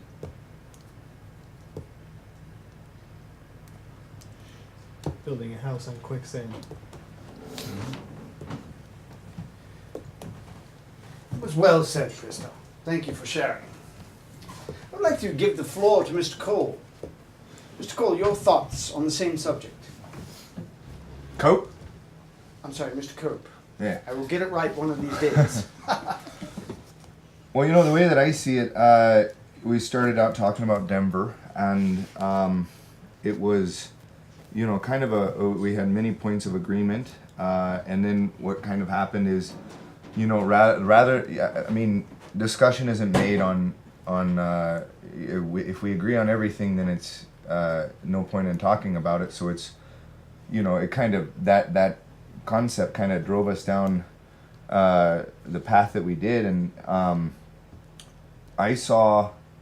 To me, I think the transition started. I believe Krista mentioned something about lack of diversity here as being something she wasn't used to, and that got us talking. I know Leah brought up gentrification, and I think that was a catalyst there, was that lack of diversity, and then talking about how gentrification has shaped and affected the area, which then got Miguel talking about the responsibility of people regarding the different races and having a lack of diversity, and what can be done to help prevent talking about people in a derogatory way, or what is important for others to do to support the minority communities, and how to provide them with a support, because their voice isn't as loud, and it seems that other people tended to believe, I believe Andy and Theodore both didn't see it as any kind of a responsibility on their part to make our community better by helping support these people around us. From there, it kind of, I tended to agree with Miguel regarding the belief that it's a responsibility as an American to, as I said before, when you see something, say something.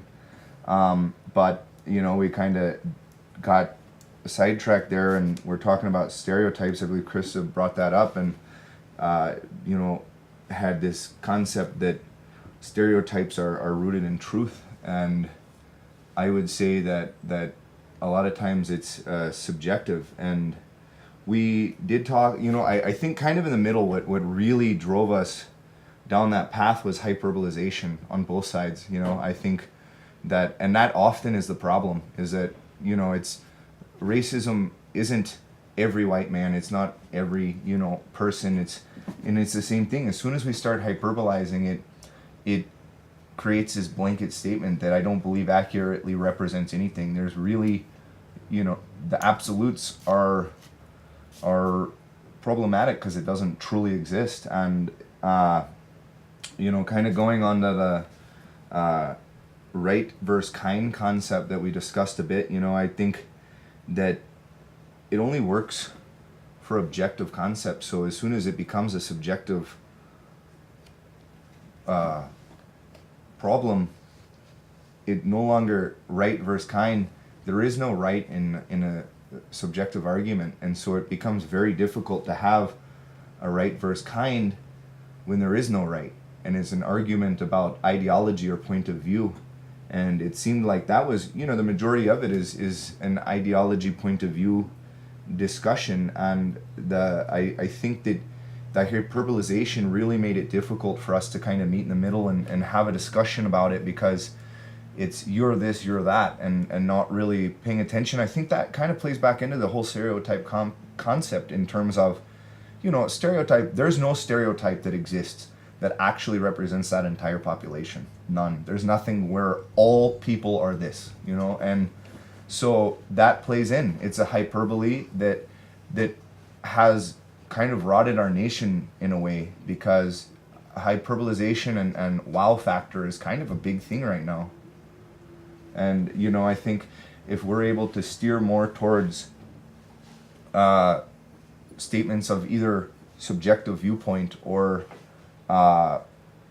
the ability to stay kind of away from blanket statements, I think that'll help us with our discussion as a whole. I think that we'll actually find that we do have some common ground in a lot of these areas, just like kind of how we started, where we all agreed. I mean, Theodore brought it up. We all agreed that Denver's a great place to be, and it's hard because if we only talk about the stuff we agree on, it's hard to really get to the root of the issues. But if we hyperbolize the opposite viewpoint, it causes a lot of problems for us to be understood as a group and individually. So, as Forrest Gump said, that's all I have to say about that.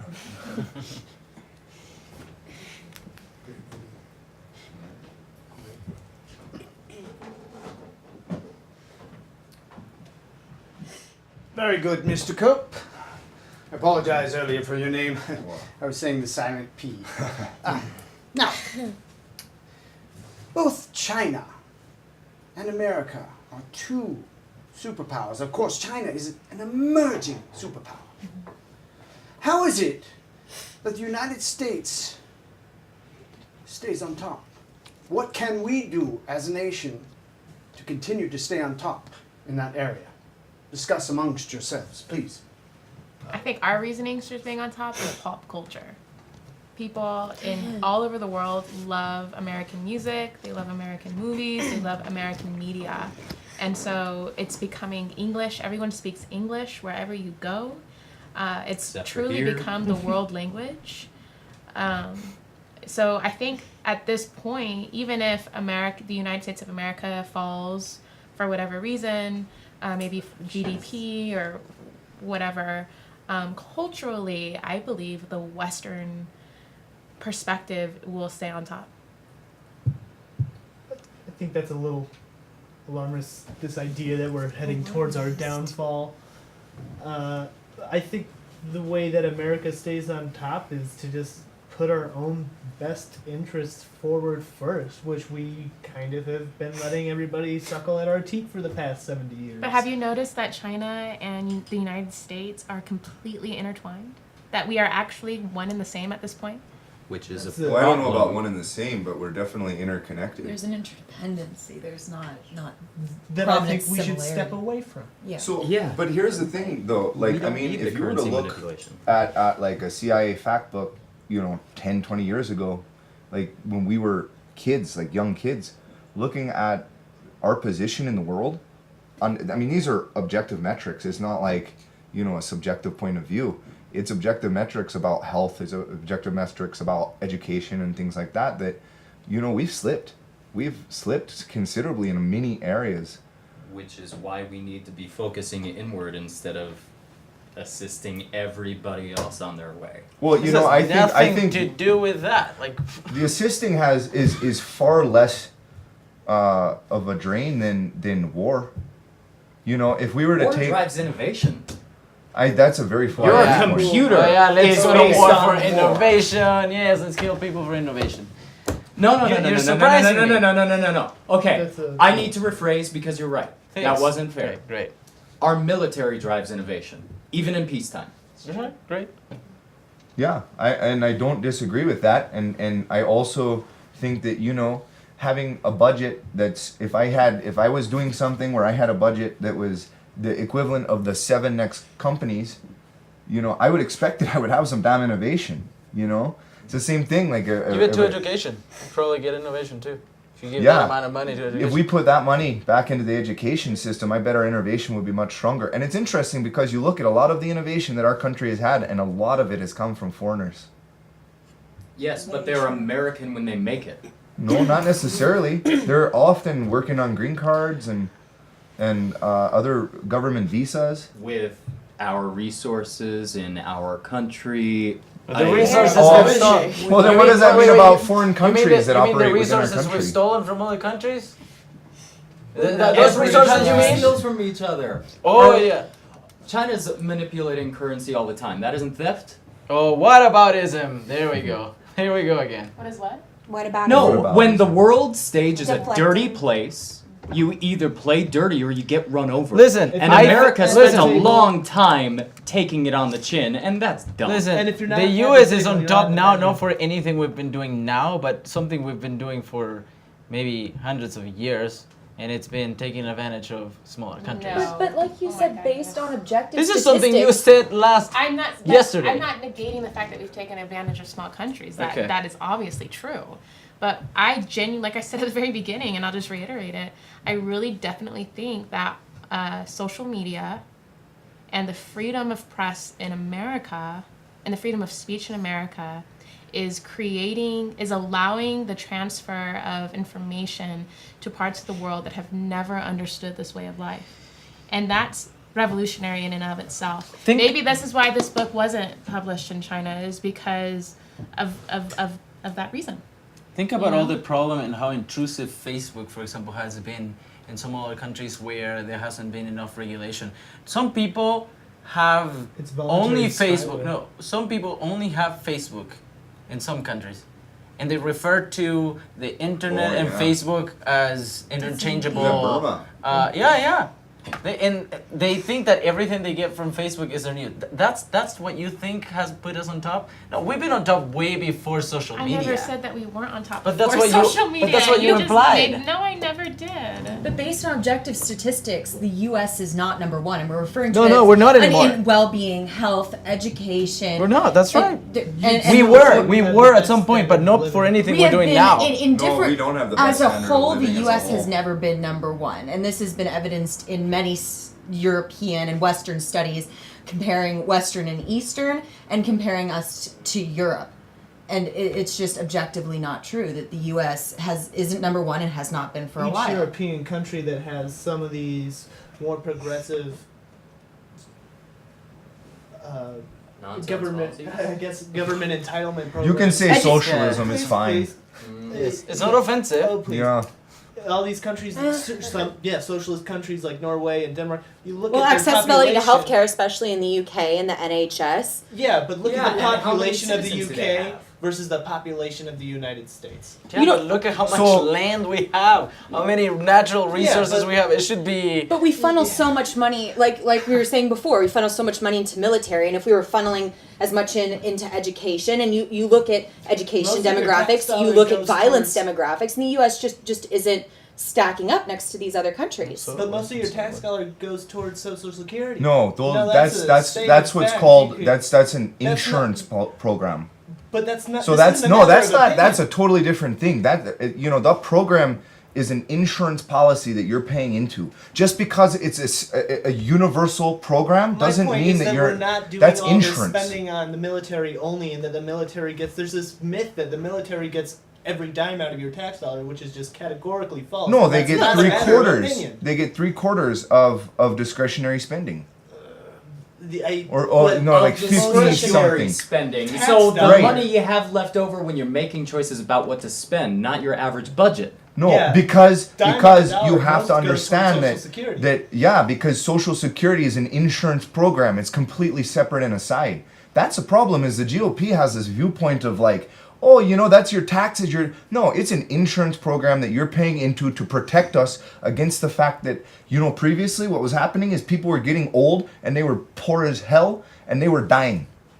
Well, you do know that the Social Security isn't expected to be around by the time we retire, right? Yeah. Well, yeah, and especially when it's Yeah, getting especially when kneecapped they by shrink the it and shrink it the way they GOP do. or Paul Ryan and all that. Jeez, like it's doing a great job with. You know, Whatever I happened get to maybe personal you should responsibility, ask your 401k, saving for retirement, putting yourself in a position where you're you right. can take care of yourself. Do you really want to be spoon-fed and build into this welfare state? You must have been raised in some kind of bubble. I was raised to work for myself. A I lot had my of people first job don't at have enough 14. money. They I live know. paycheck Right. to paycheck. They can't even begin to try to save. That's a money bubble. There yeah. are steps you could make to improve your situation. Not always true. Oh, really? Get That's along, a go little bit to of an school. ignorant. Get thing. along. That's a great Let you one. And do nothing and ask for handout and just become completely dependent upon the state. That's not what they're doing. So our So wait, welfare you're saying that The Social only thing that Security is answers it, becoming you must have been completely raised in the dependent on the bubble. state? It's crazy. I'm getting Social from all Security branches. is never. Social Security was never meant to be a primary source of income, but it was meant to be a support so that you would at least not for starve people to who death need it. or freeze to death. That everybody should be craving for entitlements all the time. Is No, that you're everybody right. says Rich that? people. No, people aren't. I think I've personally witnessed many families who have no intentions of ever getting a job and they live solely off of welfare checks. They're called welfare queens. But It's a that very shouldn't common Yeah. thing. take it away from the people who do actually. Yeah, need and it. so Just Well, if because the you know a system is few broken, Because then we more can't just people continue abuse it. losing that money on because So people- the fear when this first became a thing in the United States, right? The big fear was that people would no longer have a reason to work. Right? Why would people work if they were given money to live? And that fear came true. So okay, to that point, I would like to say that that's like comparing shoplifting to a store and saying that well, people shoplift, so why should we even have stores to begin with? No, I don't think that's How? How is I it agree different? with Wait, that. what? How is that different? No, it's not like How, that. how in the agree with world is that. that different? If you're saying that It they're makes welfare no queens sense. and they're Explain. taking it when they shouldn't be taking it, or that they're utilizing the system inappropriately, okay? And to me, you know, I guess I might be misunderstanding it. It sounds like you're almost equating it to theft in terms of taking money that wasn't supposed to be appropriated to them in the way that it was, and then saying, why should we even have this program? Why should we have this store if people are going to take advantage of it? I think that the program needs to be regulated. I The never program, said the what are you program talking? shouldn't They have exist. regulated. Do you Well, think it's then the unregulated? regulations aren't exactly. working. It's not That's still regulated enough, happening. evidently. Because it keeps. Okay, getting but one thing. handed Okay, out. but More one thing is regulation is regulating gonna it lead to more better. and getting rid of it. What was that? There is one thing is regulating it more. I never which- said we should There's a abolish difference Social between- Security programs. No, but I'm your buddy talking here- about how entitlement programs lead to an entitlement state. I just And wonder I'm sorry, why. but regards to okay, here's a hot button issue. Take Bernie Sanders and his well-intentioned, misguided supporters with the idea of healthcare. Healthcare. We all deserve healthcare. When we're It's the this idea- only developed Excuse me, nation who please. doesn't give it, Excuse like me. how can You you not? cannot compare the United States of America to Can I Denmark. finish a single like, that's statement? Insane. How about Okay, you, Canada? You How cannot about compare the- the United States of America to Canada. Oh, why not? Because it's a We spend completely way more different on country. healthcare. It's a Okay, but completely here's different my country. fundamental. Here's the point I'm trying to make Do you not about understand government entitlement programs. You get some. Let's say we switch to this La La Land where everybody gets universal health care, but then we have it's not seeing the trees for the forest. Let's think about this. This is the least productive Congress since the Civil War. Do we really want to hand our healthcare rights over to them to become another political football that can move back and forth? No, I'd rather spend $125 a month and get the coverage that I get. Well, the deductible But is a little. some people yeah, you can't have even $125 afford a month. anything. I'm Gonna sorry, shop for I that. think there are things you could do to improve your position in People life. will go into drastic Okay. debt or not solve health issues at all I'd because rather- they can't But afford here's the other treatment. thing. I'd rather If pay you a go little through the bit more Bernie in Sanders taxes. Medicaid for that's a good point. You go through that Bernie Sanders Medicaid for all thing. It's supposed to provide health care for everybody, and the people that it seeks to help out the most, it's hurting more because you look at the increase. So the $50,000 a year people, you look at the increases that they're paying in taxes to provide for Medicaid for all is more than the insurance premiums that they are already paying No. if they have a That's job. not That's true. inaccurate. No, that is Okay, one. This so- is That not is a matter not of true. opinion. It That is. is not What a the- matter of opinion. So okay, You're making okay. up numbers. So okay, let's stop for a I've read second. his- I've read his report. Has anybody that is unfounded. checked whether his numbers are made up? Yeah, I Yeah. actually. Oh, So I can tell you the I pay for this myself. 40. So So you and currently, your own where do you experience get- speaks to everybody else's life. Can we get back on track? so currently right now So I we're think- spending Let's $42 get billion back on track. a year. How can America? How can the United States of America? If you don't mind not interrupting me for a moment, okay? The question was, how can the United States of America stay on top? The question I would like to ask is, what do you consider the ideal United States of America? What would we have to be for everyone in this room to be happy? And then once we understand that, we need to figure out what are the paths we need to take to get there.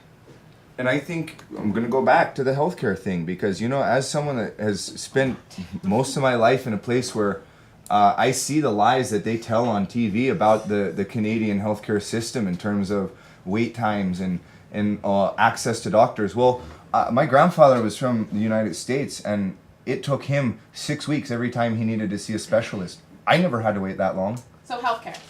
So healthcare, I what absolutely else? believe is a major factor in it. I believe reducing war spending and eliminating foreign policy in the Kissinger style, I think that'd be really beneficial. I think we'd save so much money that we could put towards infrastructure. Infrastructure is one area that this country is just absolutely falling apart. That and education. Anybody Yeah. else have anything else to say? Just personal accountability, both for us as individuals and as us as a nation. I think we need to come back to this idea that as a functioning adult, you have to hold yourself to a reasonable standard of responsibility. And if you want to consider yourself a nation state, then you have to hold yourself to a reasonable standard of responsibility for taking care of yourself. Okay. And not depending on good old Uncle Sam to come pull our ass out of the fire. I every think you. Yeah, but I it's think so- you but make a the good thing is that hold it's- on. But we're talking about our connection with Everybody's the gonna rest be of the real world. surprised in a second. I'm disagreeing with Teddy.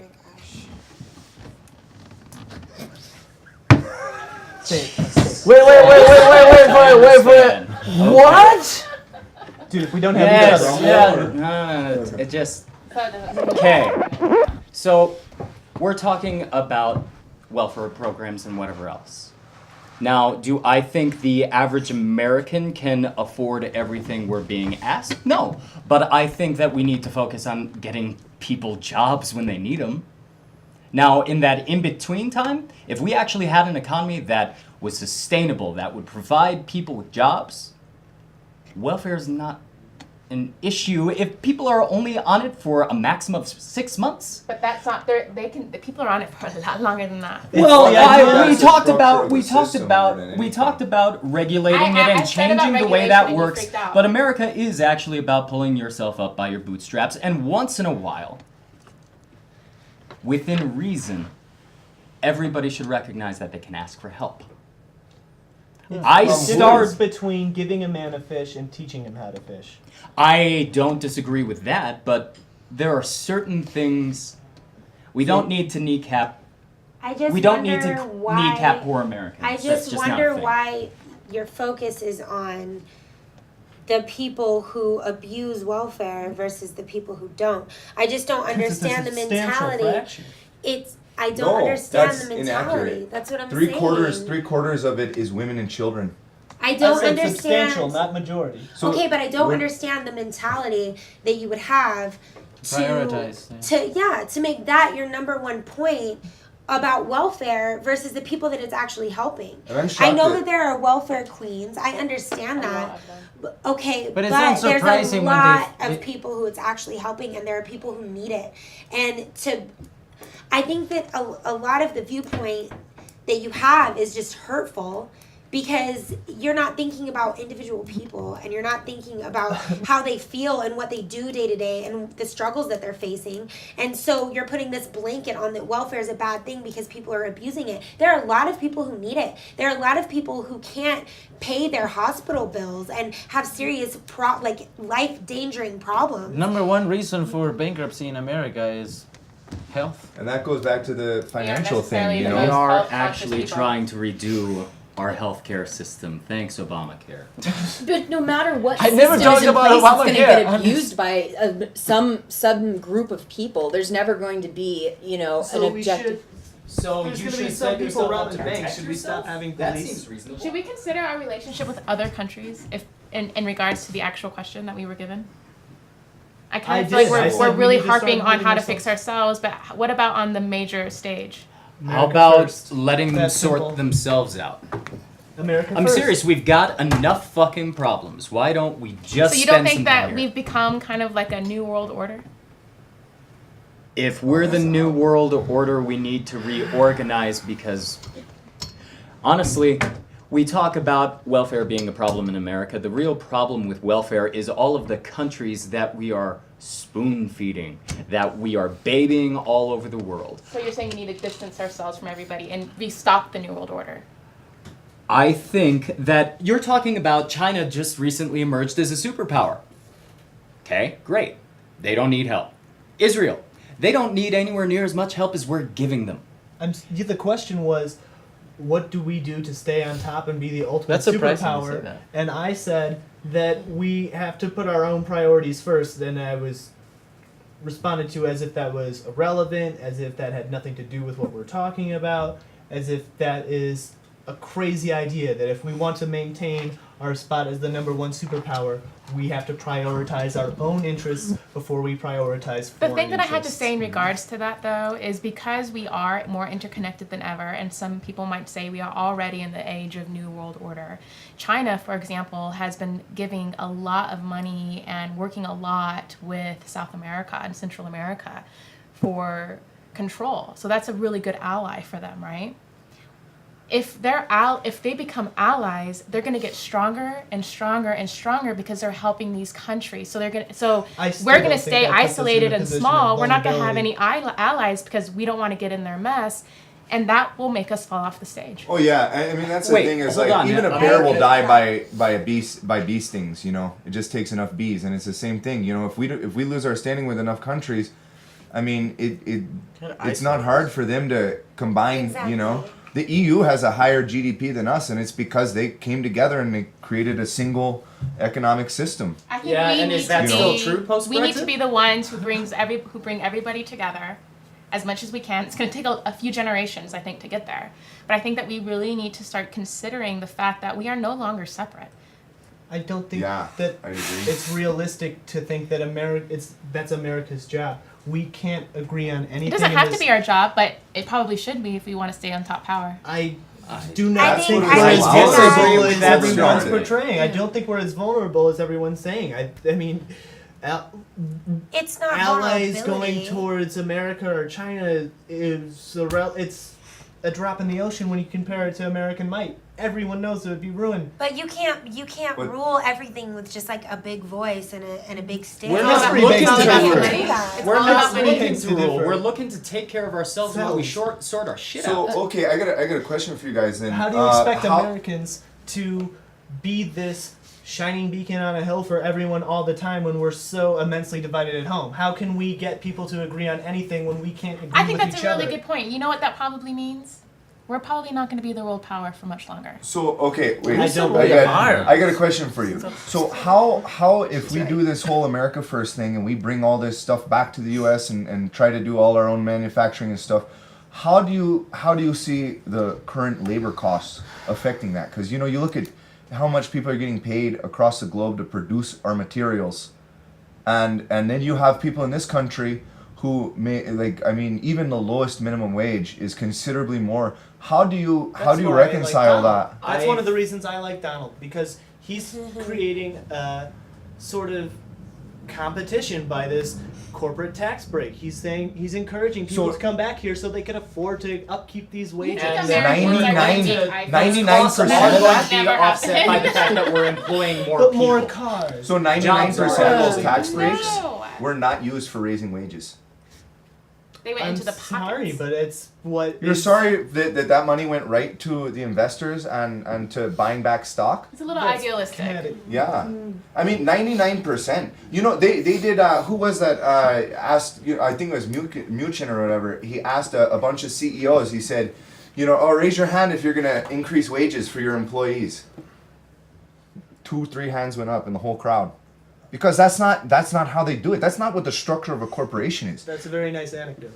So that's the whole reason is that it's impossible It's an to think that anecdote. your tax it just says your tax break thing is an anecdote. I mean, come on.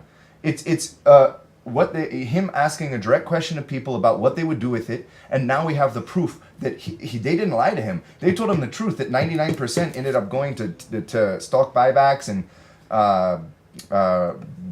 other like R&D stuff, but not going R&D? to the R&D wages. is employing people.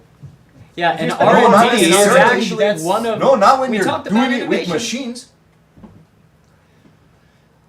Yeah, America- that's the There has honest to- truth. Is there has that- to be people that are recording what the And- findings of machines. And I think if we really push for a universal income and take charge of automation, You know, should we because all just go automation. house to Really house rule the and world. make sure everybody's got Have the crumbs is up their anybody mouth? talking about AI? Because that's a huge No, that's what I was component just of the talking future. about. Yeah. Like, you want to talk about people losing their jobs and the economy completely suffering? Is this humorous to you? Because do you understand? Have you been Yes, looking into absolutely. Keep talking. It? No, I Keep want to talking. know why you're being so exaggerated. Because you're very, very aggressive right now. You're very frustrating. Okay, I would like to know why. No, I don't want to tell you. Just You don't want to keep tell telling. me?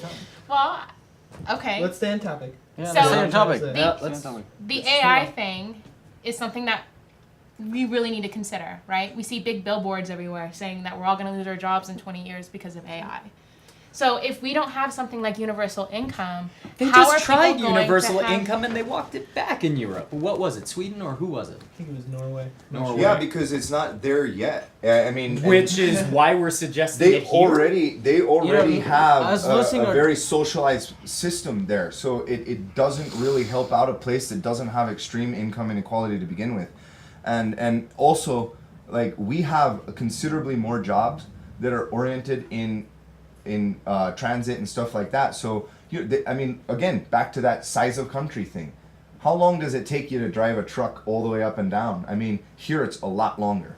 So trucks, I don't know if you know this or not, but automation, all trucks are going to be self-driving within 10 years. Absolutely. Look, And how many look- of those people lose their jobs? Same thing look- with warehouses. Yeah. So you take out that whole population Sorry. and they're not, what are they going to do? They don't have a job now because that's all they know. Look at coal. I mean, it's going to be the same You have thing a that happened spur- with those you have people a that aren't personal willing to responsibility re-educate. to make sure that you have a skill that can be utilized in society. That's why I'm going to law school. That's why we're getting PhDs. But not everybody has that opportunity. I think it's not as hard as you think to get opportunities to better your Without putting situation. yourself into massive debt, sure. I'm I mean, arguing maybe for you the shouldn't get a creation loan of to go to jobs liberal so that arts people school. have And sometimes you opportunities. can't get a loan what, at all. What is degrading about saying that What jobs we are you create going to create? jobs? Well, tell us what jobs you're going to create once AI comes into the picture. Somebody's Dude, gotta take care of these saying robots. that we're gonna lose our jobs to IA is like AI. AI is when people were afraid of the milkman not being around anymore because now we can, put our milk in the fridge. So you're not concerned at all about artificial intelligence? Absolutely not. We will replace those Ah, jobs by okay. other jobs. People who will create the robots. People who will create the computing systems. Robots No, are going to yeah, create but there's robots. economies We of don't have scale. the same But job. who We don't makes have the those same robots? jobs that we had 100 years ago. No, and we're I'm never sorry, going but we're to, going to have and to we agree to have disagree to. on this one because I think it's kind of humorous that you don't think AI is going to have any effect on our economy. Of course, it will have an effect on our economy, then. but we will Social have different Darwinism. jobs than we No, have but now. it's a Like scale what? of things. Like So what? okay, back to my coal thing. You look at coal, and 100 years ago, how many people it took to mine, a ton of ore or whatever it is. It's scaled down by like 80%. So like what used to take 80 people to do a job now can do it with 2 because of automation and the scale of truck and everything like that. So much of that process has now been automated, and that's like the prime example of where those jobs are going to be lost. And you look at that, I mean, coal country's hurting and it's not coming back. And you know, I agree, like in terms of Take some personal re-educating, responsibility. you know, Pick up another Would you trade. stop But saying not that? everyone has to go to college. I'm Stop sorry, saying it's an that. issue. So, an okay, adult, I okay. believe in But that. If that's you- so like white privilege of you to say. It's like embarrassing. I'm not saying It's everyone should embarrassing. go to Harvard. I'm not saying everyone should go to Super. Harvard, but I'm saying maybe you should go to a trade school, learn to be a mechanic, so you know how to take care But what of if it. your or mom? What if your community mom was a college. crackhead and your dad wasn't around, and you went to a school that couldn't afford to give you books or paper, and you don't even know how to read by no fault of your own by the time you're in 7th grade? How is that person ever going to go to college? I think that's My a question on. right here, hypothetical my that's so question specific. right here, young man, is how did we get from superpowers? How we got on top of one superpower, the next, from America topping China? How did we get that to AI? Krista. Oh, because we're talking. Well, Krista, tell us, please. How did we get We're, there? we're I talking listen about to how a lot of Please, please, settle. Why do I think because I've been I like Elon Musk. I think he's an amazing person. And I also like Joe Rogan. And I happened to listen to a podcast of them the other day. That was a good one. And How are those factories doing? I've been listening a lot to I want the AI. exact details of how we got there. From Oh, okay, because we're talking about how what were will the conversations that enabled you to start bringing up AI? Creation of jobs. Well, first we were focusing, I think, too much on how America should get better, which I think is too self-centered for the question that was given. So I tried to direct everyone to the world stage, and once we got to the world stage, we became separated as to whether or not that was even our responsibility. And then I had to remind everyone that we are already interconnected, so of course it's our responsibility, because in many ways we're one and the same. And then you have to realize that if we're talking about staying, i.e. in the future, the biggest thing that we need to worry about, whether or not you think it's real, is AI. We can't deny something like that. And AI is going to change the world as we know it in ways that we can't even pretend to imagine. And you have to consider it for any sort of future theory, period. Now, Mr. Delgado, let's stay on topic here. You seem very frustrated with this AI business. Now, how are you thinking AI will improve in the future? I am frustrated with fear. Yeah. And so, I think people have been struggling this for a long, long time. You know, when cars first appeared, people were just up in arms. Oh my gosh, we're not gonna be able to walk on the streets. There's cars on the streets. What are we gonna do?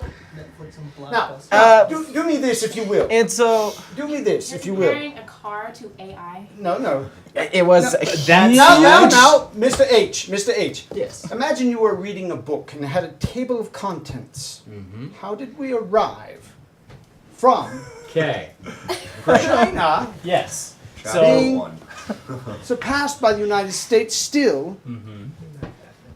and getting to AI?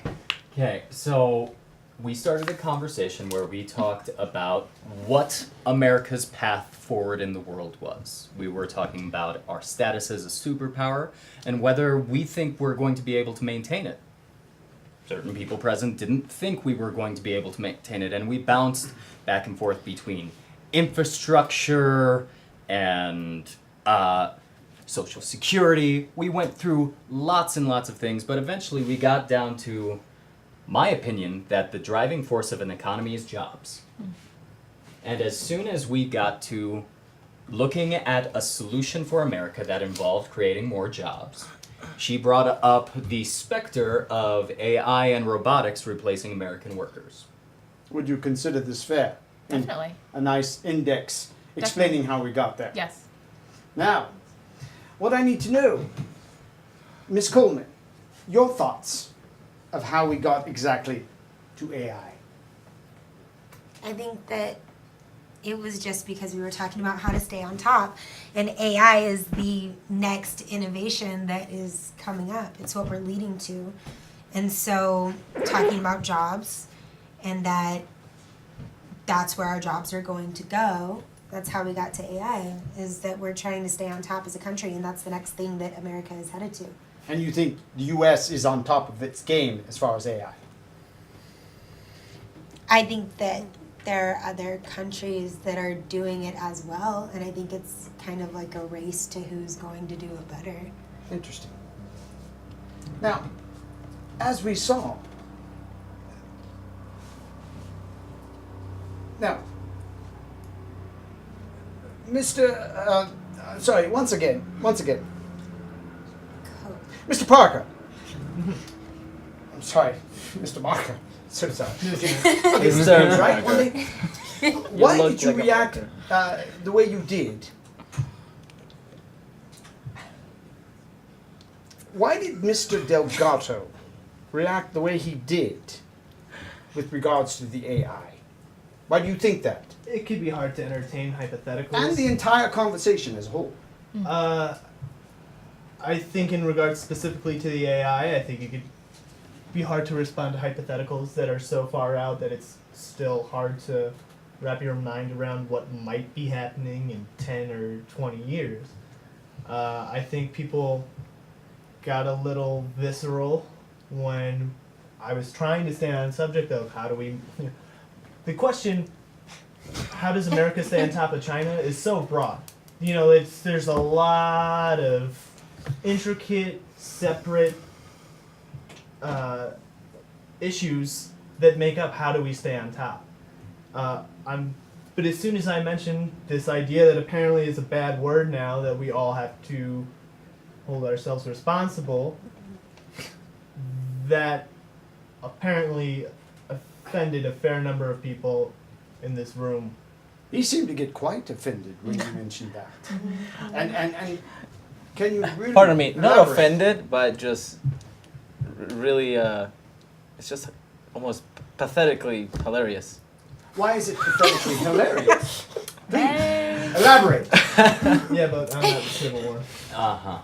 Sorry, can you say that loud? Yes, and I'm the one who's not being civil. Wait, did I offend you? Of course. I was offended, maybe talking about your intellect, maybe. That's kind of not exactly Well, fitting the behavior of a PhD candidate. Oh, all right, I'm sorry. I Name apologize. calling versus policy debate.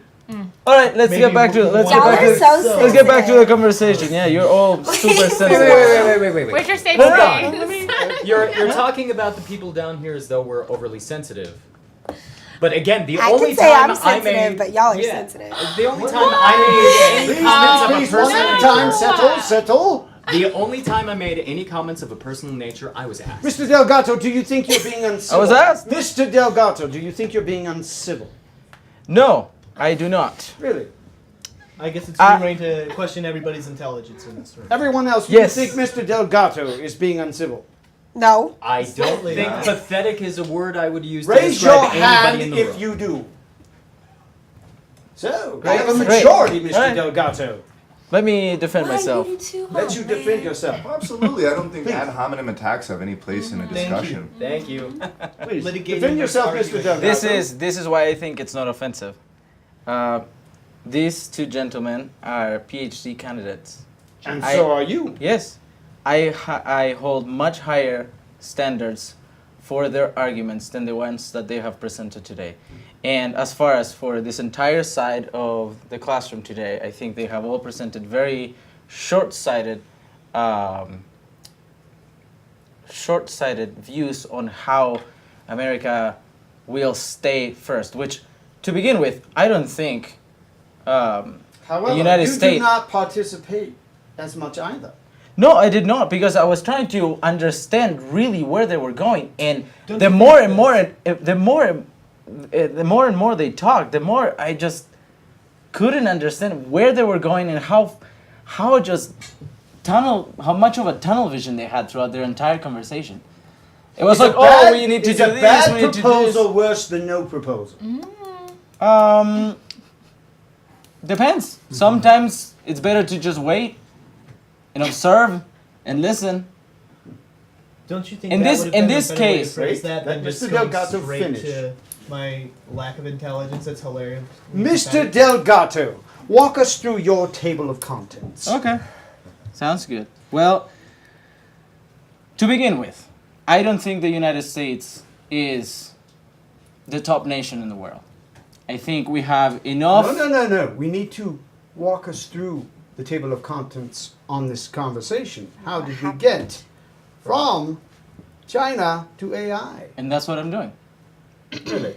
Yes. Do you want to hear Continue. it? All right, great. So, to begin with, I don't think the United States is at the top. I think we have a number of studies around the world that show that the standard of living in the United States has, in comparison to many other countries, lacked tremendously. I think that we have been fed a lie throughout generations that might have been true at one point. Maybe at one point we were the top nation, but we're certainly not anymore. And certainly not in ways that affect our lives directly. And second, I think that one of the ways in which any nation makes any progress compared to their neighbors and compared to the rest of the world is by the amount of jobs that they're able to provide, right, for their citizens. Right now we have a huge increase of minimum wage jobs constantly happening, and so we're constantly just focused on the number of jobs that we're providing rather than the quality of jobs that we're providing.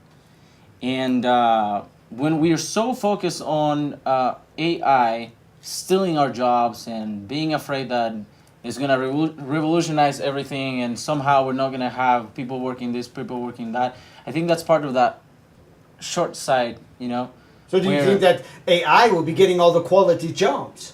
No, I think that AI will be getting the type of jobs that we don't want to keep doing anyway. No, it's gonna be everywhere.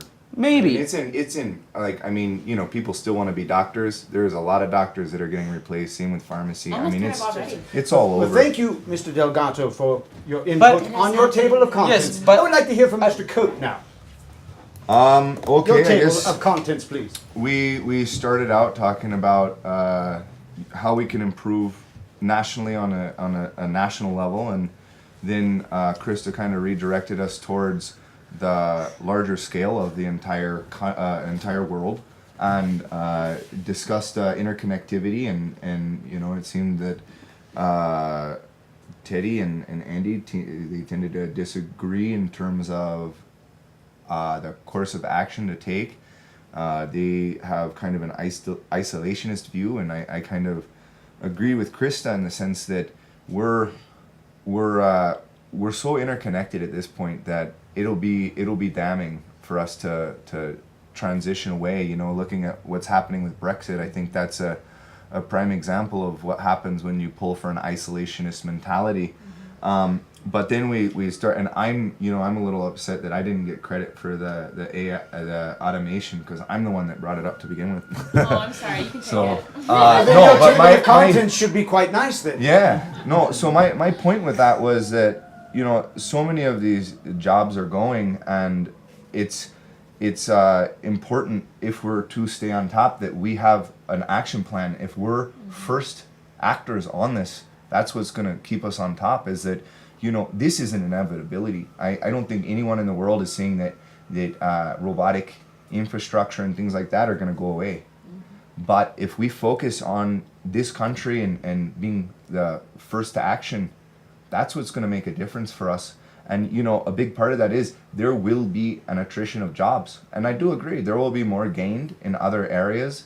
But as a whole, there is going to be substantial job loss across industry. I mean, coal, as I pointed out before, that's one that has already suffered substantially from automation, and it's going to happen more and more, and we need a protective system. You know, the reason that the Social Security was put in place is along the same lines as why we need an individual income to protect all the people. Your table of contents is quite full. Thank you for sharing. Miss Baker, yes, you've met this brand new class today. I have. You have engaged, and I thank you for engaging, young lady. Could you please expound upon your table of contents? I mean, I don't think there's much more to be said that has already been said. As was noted by everyone else here, we started in comparing effects of the China versus America as superpowers, what we could do internally and as well as externally in progressing as a nation and in aiding other nations, and whether that should be our priority right now. And then kind of directing back to internal factors for progression, I agree with what Mr. Delgado said in regards to the fact that we're not number one right now. We might have been at a time, but we've persisted in that belief, even when it hasn't been true for quite a while. And, we're at the point where these confounding variables are like he said, going to lead to job loss, specifically in regards to AI, and that's about how we got there. Well, thank you for sharing that. Now, one thing that is very important, both out in the world and especially in this room, civility. Civility. How do we continue to keep that civility going and keep the communication open? How does one do that? In a classroom, in the world? Well, I think primarily, and this goes back to why I agreed with you guys, is that one of the largest problems that we have with discourse is ad hominem attacks and argument structure, and understanding a valid argument structure and utilizing that to prove a point. Ms. Coleman. I don't think that saying something's pathetically hilarious is uncivil. I'll keep that in mind the next time I hear you say something. Okay, I mean, I'm just saying I don't. I think that as bad as that is. Civil. I think that as bad as that is, I think the amount of interruption that happens and not listening is uncivil as well. I would say that that's the same thing, but everybody jumped on him for it. But y'all are able to do that. Everybody was interrupting everybody, and somehow the consequences are civil. You asked the question. Excuse me. Is it civil? So I'm mad when people Listen, respond. settle. This is civility. We need to have it. We just come together and just don't hear about anybody anymore. What happens is we just keep butting heads and the message never comes across, whether it's good or bad. It's civility, not the Civil War. Ms. Krista. I think we just need to remember that we all come from a place of passion and from a lot of emotion. And so I think we also have to be understanding of that. Which is all well and good. Mm-hmm. But when that passion overflows and bubbles, we become that frog that suddenly dies in the boiling water. Mm-hmm. Am I not correct? I guess, yeah.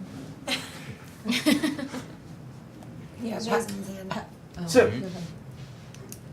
what I'd like to do at this point is go around the room in just one moment, and you'll get your chance to speak, Mr. Just Delgato. in case somebody else jumps in. But Mr. Delgato, go ahead. Yes. Yeah. Just to clarify one more time. If you want to believe that I was uncivil, first of all, I'm not hurt by it. Second, that's your choice. And third, whatever. Fourth, third is that I was not attacking his character.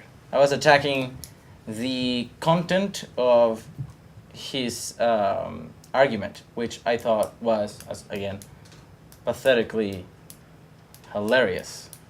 I'll leave that for the moment. So when I'm not attacking the character, I think that by now, as a student of the caliber that we are, you should be able to not take comments personally. When I'm not making fun of you in that regard.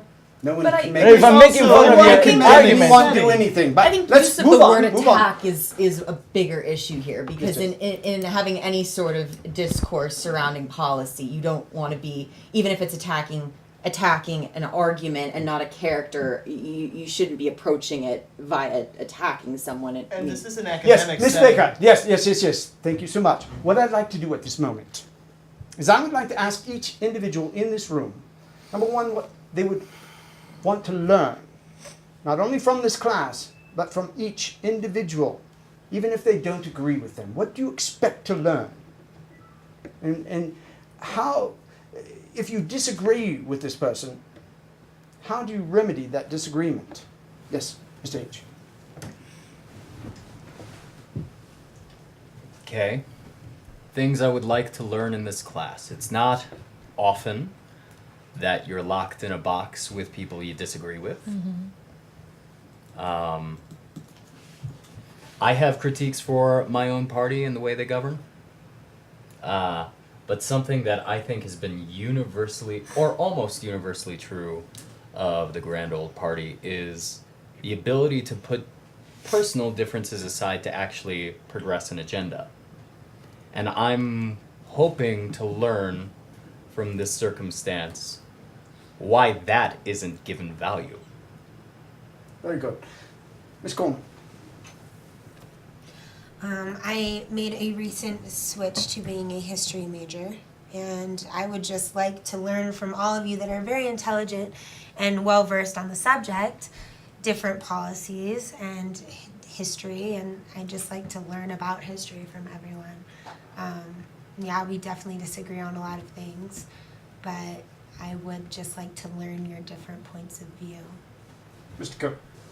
I mean, I guess I was kind of taken back by the books that we were going to be reading, and I'm really interested to see how we're able to pull the parallels from Catherine to the current administration as a whole. That's what I'd really like to get out of this class. I'd really like to learn more about the belief in individual freedom and how that compares, with these guys up front in terms of moral obligation. And I'd like to, in terms of the conflict remedy, I think having open discussions, avoiding ad hominem attacks, avoiding trying to talk over each other, and not hyperbolizing. I think if we can utilize those techniques, that'll really help us come together and have discourse that actually moves all of us forward. Very good. Krista. I think that a person's perception of the world is limited by their experiences. What about the individuals? I think that they all have their own experiences that have led them to their particular viewpoint. How's and that going to affect you? How's that going to affect me? Yes. I think that I feel like I understand their perspectives. And I can also, in that way, I think I can see what's lacking. Very good. Sir. Well, what do I want to learn from the Not only from the class, but from the individual students. specifically with this class? I have an interest in history because it's interesting to see how individuals' actions shape the world that they live in and the world around them. And that's just always been an extreme interest and passion of mine. What I'd like to learn from my classmates is why in an institution for higher learning that's supposed to introduce new ideas, why is it that as soon as one of these new ideas disagree with your idea of the world, just one iota, why is it instantly swept under the rug? Why is it instantly scoffed at? Why is it instantly just disregarded? Because it's not perfectly in line with everyone else at this liberal school. I'm sorry, this is an institution for higher learning, and you have to have your own ideas challenged in order for them to Understandable. pursue them. Thank you for sharing. Mr. Delgato. Well, I have an extreme passion for history. I have an extreme passion for knowledge and for challenge. What I hope to get the most out of this class and from my classmates is to be challenged by them. I think that each one of them has specific qualities that I will have to deal with and I will have to learn from. Miss Baker, she has a specific view of the world that is very interesting. She has a lot of sensitivity about it, and I think she can bring a lot to the table that when we get into this very heated, passionate debates, gets left out, but it's also very relevant. John back here, he possesses an enormous amount of information as well that becomes very controversial, and it's very interesting to find out how we differ. Although we count with we do have a similar perspective on most things. Plus, he's how we behind differ. you. Right, of course, yeah. Class is almost over. How about Miss Baker? Thank you.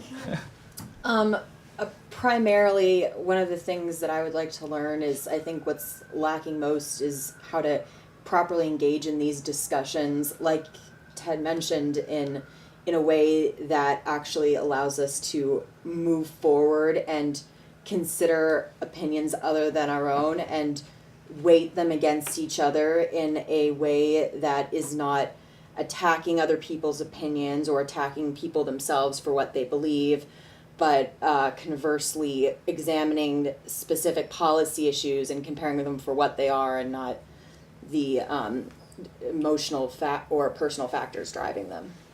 Great. Thank you so much for sharing. Thank you for another vibrant and intellectual class filled with stimulation. I hope everyone has a wonderful Valentine's Day. Please enjoy yourselves, and thank you again for class. I'll see you next time. Thank you.